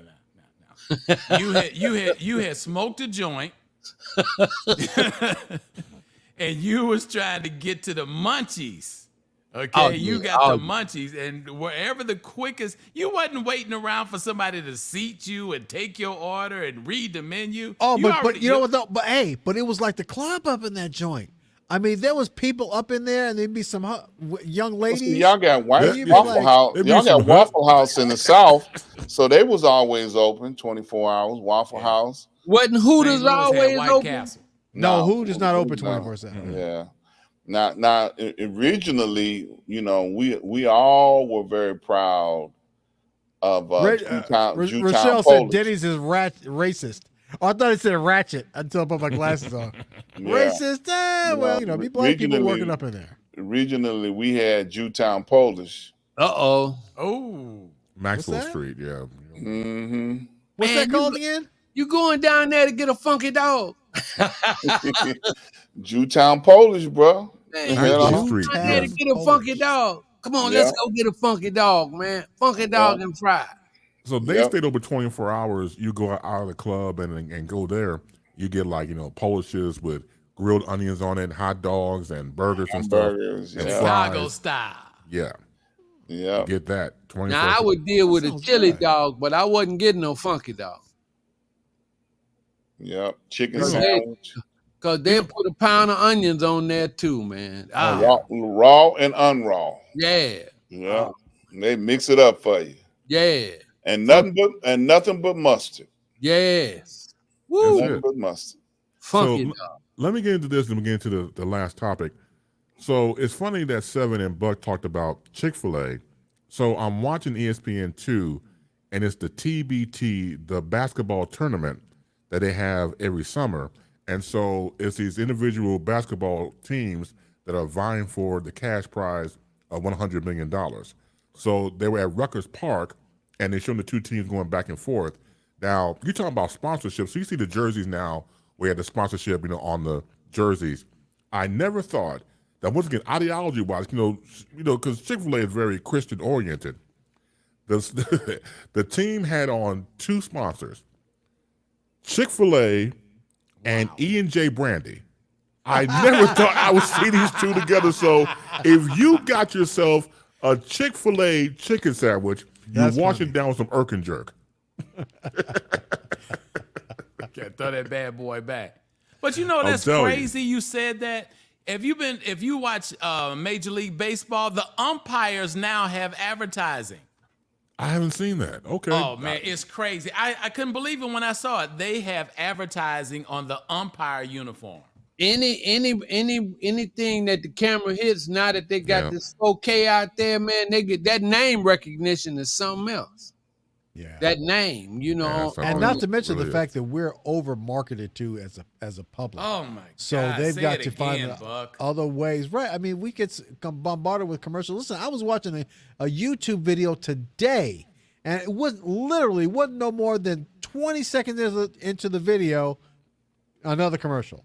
That's in addition to the 2 commercials I had to watch in the very beginning, and then 20 seconds is playing, and another commercial pops up. I'm like, come on! So they've got to figure out other ways Now, to get to market to you. Yeah. no. That's the only way it's gonna be free. Yeah, I agree. I agree with him, Buck. You know, as a matter of fact, if you watch the AMC pluses and all the plus channels, they even will show you how long the commercial is going to be on. They got a time. Oh, like on it'll say, Hulu, they do that. Yeah. Yeah, dude, they already they basically know you're a sucker. They're telling you this gonna be on for 60 seconds, so you might as well wait. Yep. Well, right. Well, but they're trying to get you to not tune away because course. it's only going to be on for 15 more seconds. Right. Yeah. Exactly. Which, you know what? Listen, if radio could do that, that would be awesome. There's no my way radio God, could come do on, that. you're preaching right now. Yeah, we do 7-minute commercials breaks, and it's like, and you know what's worse? The worst thing about radio commercials nowadays is that back in the day, we used to say, okay, you can't play more than 5 commercials in a row in a commercial break, but they would be 5 60-second commercials, and hopefully they'd be entertaining enough to keep you around. But nowadays, there's 30 seconds and 15 seconds. And so it seems like so many commercials, so much longer commercial breaks because they're selling these shorter commercials, trying to squeeze as much as they can out of the advertising budget, out of people's advertising. And it's just like, it's so irritating. So can you imagine having to watch 5 minutes worth of commercials in a YouTube video? Oh, wow. I'd be gone. Man, that's Yeah, a well, lot. Buck, they called that in radio, less is more. That's what that was. What, back then? I mean, now, if you got 5 minutes, if you got 5 minutes of commercials, just like you said, you can have 5 60s and have 5. But in each one of them commercials, you can put 3 20s, and that 5, you got 15 commercials. Right, but the perception is reality. The perception is that you're playing way more commercials than you would if you just played 5. And 6. they're making more money too, because the 20-second commercial is going just for the same price as that 6. No, it's not. It's cheaper. I talked to a Are you salesperson about that recently. It's cheaper. Oh yeah. Yeah. Well, Otherwise, then they'd sell them means- at 60. Well, that means that less is more was a lie. Or maybe it's relative, but I'm saying that if they cannot possibly charge the same amount 60, the same money they charge for Why 60, not? they charge that for Why 15. not? Because Why people not? wouldn't be willing to pay it. Listen, commercials on internet is so much cheaper than radio. Radio can't be arrogant like that. That's arrogance. I mean, but who's listening to radio now though? So that's another subject. Let's go to the next thing. Go ahead, Chris, because I want to raise hell about this too. Come on. The mother who posted a video showing a costumed character appearing to ignore 2 black children during a parade at Sesame Place at Bucks County, Pennsylvania, says the theme park's explanation of the incident was a misunderstanding was not enough. Jody Brown and her attorney told CNN on Tuesday that the Sesame Place character Rosita was intentionally racist towards her niece and daughter.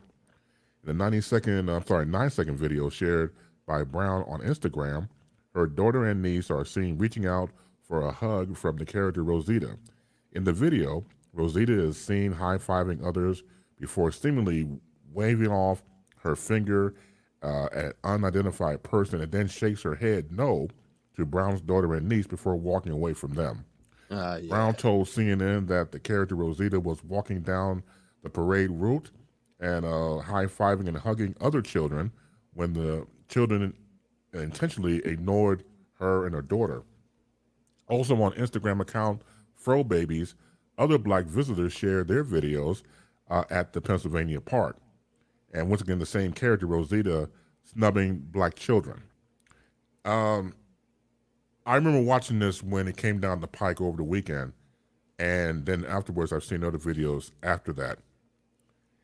When you look at children's gravitating towards characters they see on television.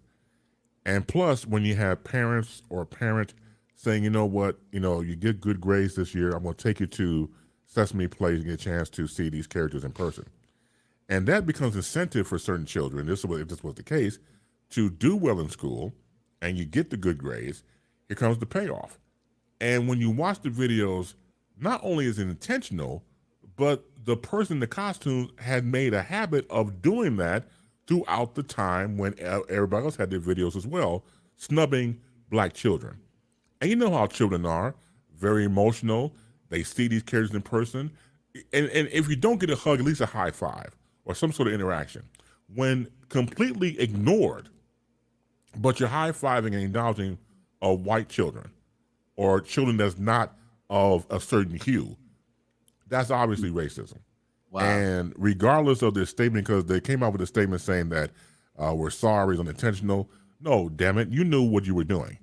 And that person really needs to not only go through some sort of training as they always do, because they had a second statement coming out, well, we have to train the person, do sensitivity training and everything else. This has been a track record for a long time. And the thing about it is that the look on a child's face, or in these situations, children, the daughter and the niece, breaks your heart. And again, just the fact that you're watching this and you're watching this unfold, and this has been an ongoing thing for a long time, whoever's in that costume's in the wrong business. You should be more aware and not take your racist feelings into a costume representation of the company that you sign on to. So the fact that you put your racist mentality into a children-based situation is completely uncalled for. Because for me, it makes no sense whatsoever. And to me, to a degree, I've gone and fired a person. You don't need that element in that type of thing. I mean, myself, being the age I am, I grew up with Sesame Street and watching PBS and watching Jim Henson create the Muppets and everything else. So to see that legacy phase into Sesame Place and this character in particular where children have gravitated towards, and all of a sudden you get the payoff, you want the payoff to have a high five or acknowledgement, and the character waves no to you and walk past. Yeah. Cold. Again, it just breaks your heart, and they should do more. I'm glad that the mother, once again, her name is Jody Brown, lawyered up, because now you can make a difference. Say, you know what? I'm not going to have this happen to any children past what happened to my daughter and niece. I hope they sue the hell out of them and get a large settlement and make sure that this never happens again. Man. Now, before Ron goes off, I just want to say, think about the fact that this thing has been going on probably for a very long time, but it's just now, because people are videotaping everything, that it's just now coming to light. Wow, I gotta get on the bandwagon too. I'm gonna co-sign something what Buck said myself. Oh, 3 in a row for Buck. Woo! Buck, man, you on a roll here, brother. Buck, you killing them tonight, baby. Well, like Buck just said, this been going on for a while, and children have been hurt. And I mean, I saw the pain on those young ladies' face when they turned around, like, what's wrong with us? I mean, you can see the agony. And then there were other videos that came out that showed the same cast of characters disrespecting little kids. They little kids. They ain't did nothing to nobody. And to have a character that they would not be as famous as they are if it were not for kids celebrating Sesame Street and their characters. Okay? So when you see a kid, that's your fan base. That's the person that you need to show some love towards. And to disregard a kid, man, that's a crime. That's a crime. And I heard the comment on The View today. Whoopi, she ain't got no sympathy towards him at all. She's like, not just fire him, but tell them why you getting fired, so that it's a teachable moment, because that person has been disrespecting black children for a while, either in costume or out of costume. Okay. That's just not something that he popped up and said, I woke up, I'm gonna disrespect some black children today. He been that way for a while. Okay. Because it just came too easy for him to do that. Is it he or she don't know who it was because they were in costume. And I hope at some point in time they do the perp walk and walk him down the street showing everybody, well, this is him, so that everybody can identify who this person was who disrespected those children, man. And it just, anybody that's ever had children, to see that, it had to touch you. It's gonna touch you. Oh, you don't have to have children for that to touch you. Trust me, because I don't have children, and that touched me. Yeah. Go ahead, Professor. I see you rearing up over there. Now I'm gonna be cool because Buck got one. I was leaning in to see if he was gonna get 4. I said, oh man, I was getting ready to fall out. Y'all was gonna have to come get me. Hey, I was gonna have to come get me because I would have been on the floor. I didn't want to interrupt Ron. Can't do that.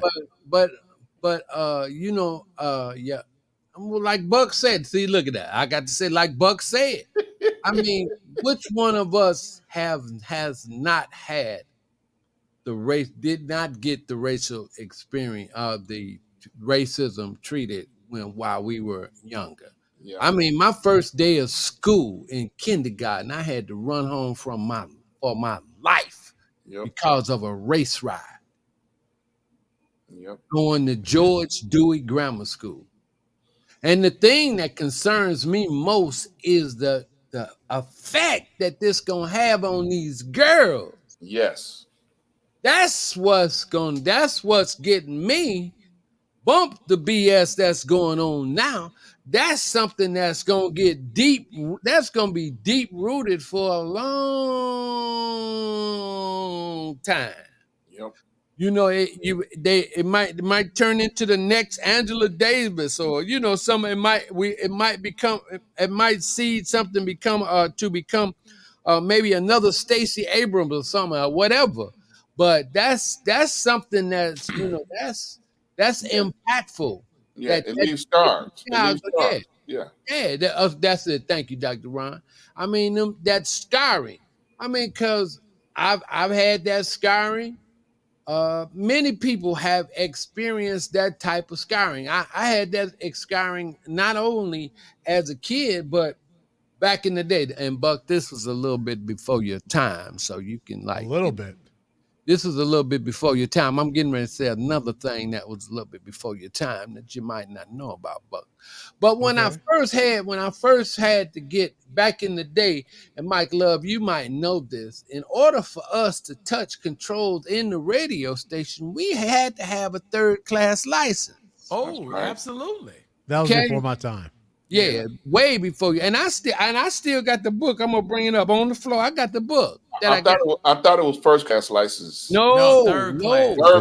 No, first class. Yeah. No, because every 2 hours we had to go take the transmitter readings. Right. That's right. We had to literally go back there and write them down in the log. In the log, right. We literally had to do that. And so you could get the third class license, but there was a BE part of the third class license called broadcast endorsement. Right. Where you had to take the test. And I took that FCC license test. I took that test 5 times before I passed it. Wow. And it wasn't because I didn't know it, but it was because I got the same dude giving me the test until the fifth time. Now, which one did they abolish? They got rid of the first class? No, they got rid of the testing. No. But I know it was first, second, and third class. The first you got to have that to work on the transmitter. That was like engineering. Yeah, right. That's the engineering stuff.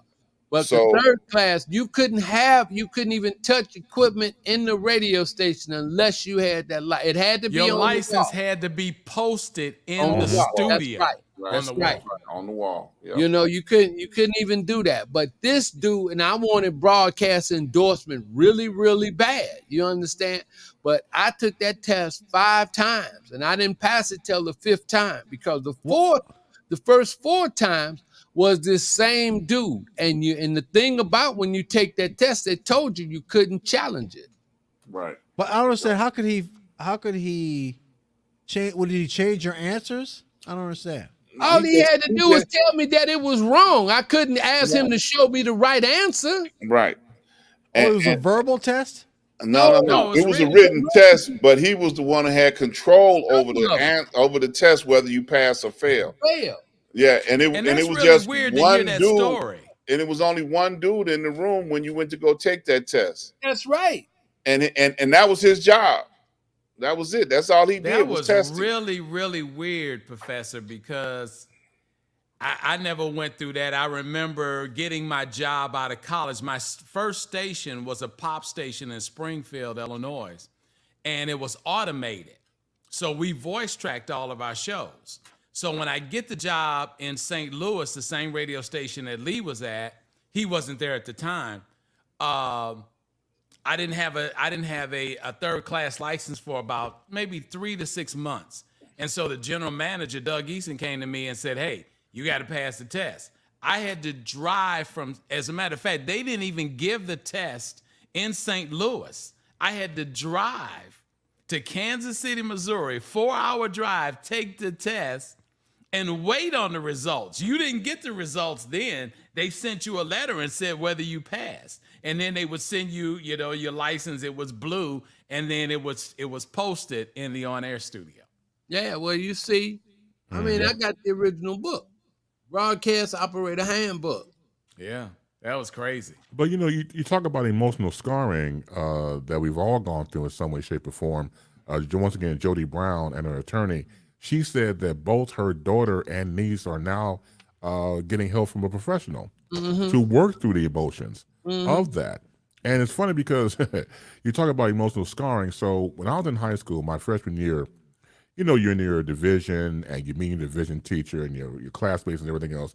So you go around the room and ask, who are you and what do your parents do for a living? So my division teacher, Dorothy Truesdale, who I say this with all due respect, if she took a dirt nap right now, I would dance a jig. I'm not going to sit here in front. And who happened to be white. And she asked me, who I was, introduced myself. I said, my father is the manager at Air Lake Funeral Home and my mother's school principal. Ow. You could have swore that, I, committed bloody murder. She gave me this looking like, oh, your mother's a school principal? Yes, she is.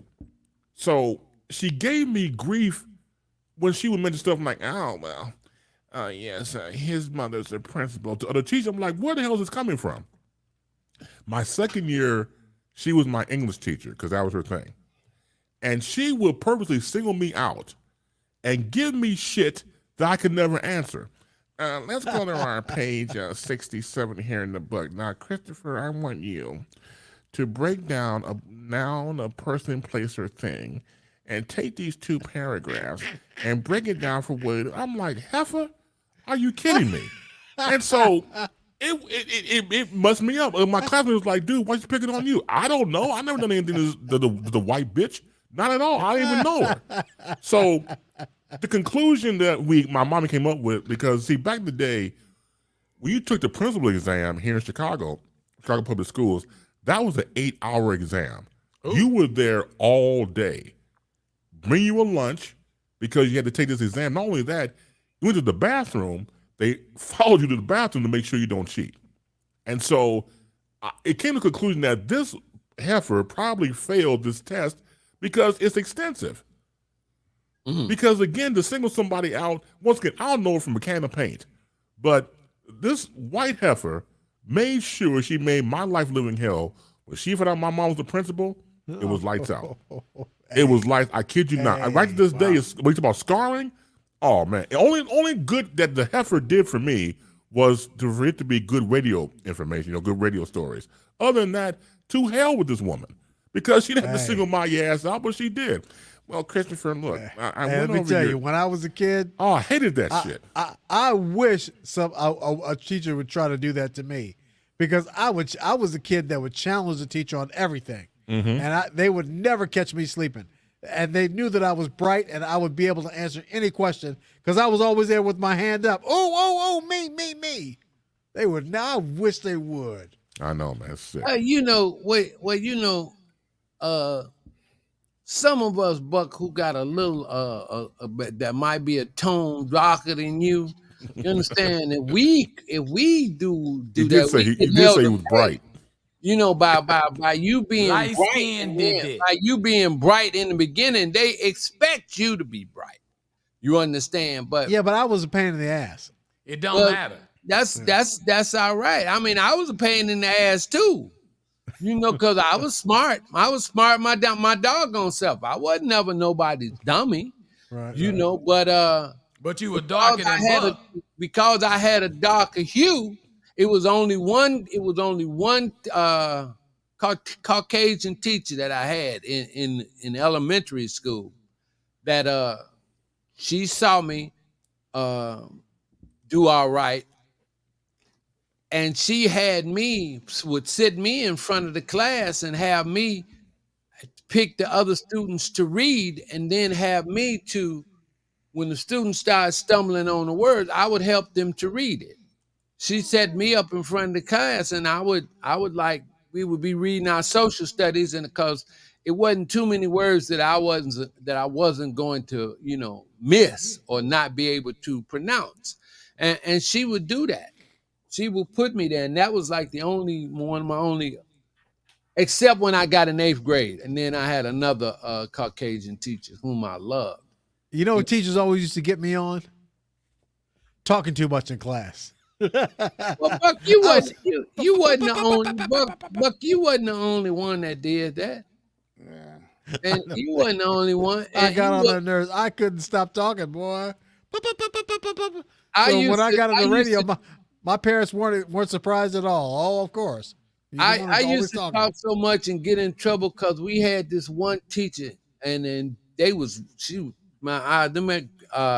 grammar school teachers, they was really fine. Her name was Miss Lubin, God rest her soul. The bad kids, she would put us under her desk. Oh. I was trying to get up under her desk every day. I was. Look, only on the south side. Only on the south side. On that note, it's been good show today, fellas. Oh man! And What a great way to wrap up, huh? I'll tell you. On that note, can I give a news flash right quick? No. I just see this on. No, we gotta get out of here. It's only a news flash. I'll be Herschel damned. Walker Biden got versus COVID again.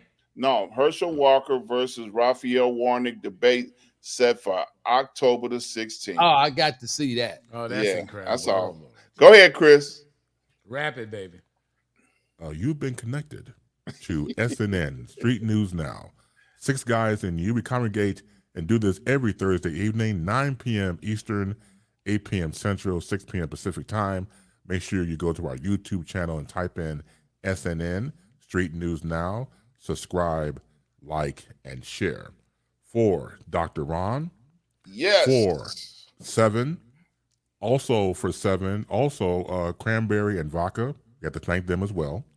Also, Professor Reggie Miles. Bam!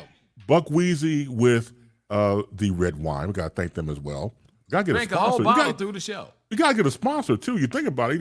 Hell, everybody drink from that standpoint. Make sure you continue to support what we do. Before we get out of here, also for our fearless leader, Lee Michaels, continue to be peaceful. And Reggie, give us a heartfelt good night. Good night.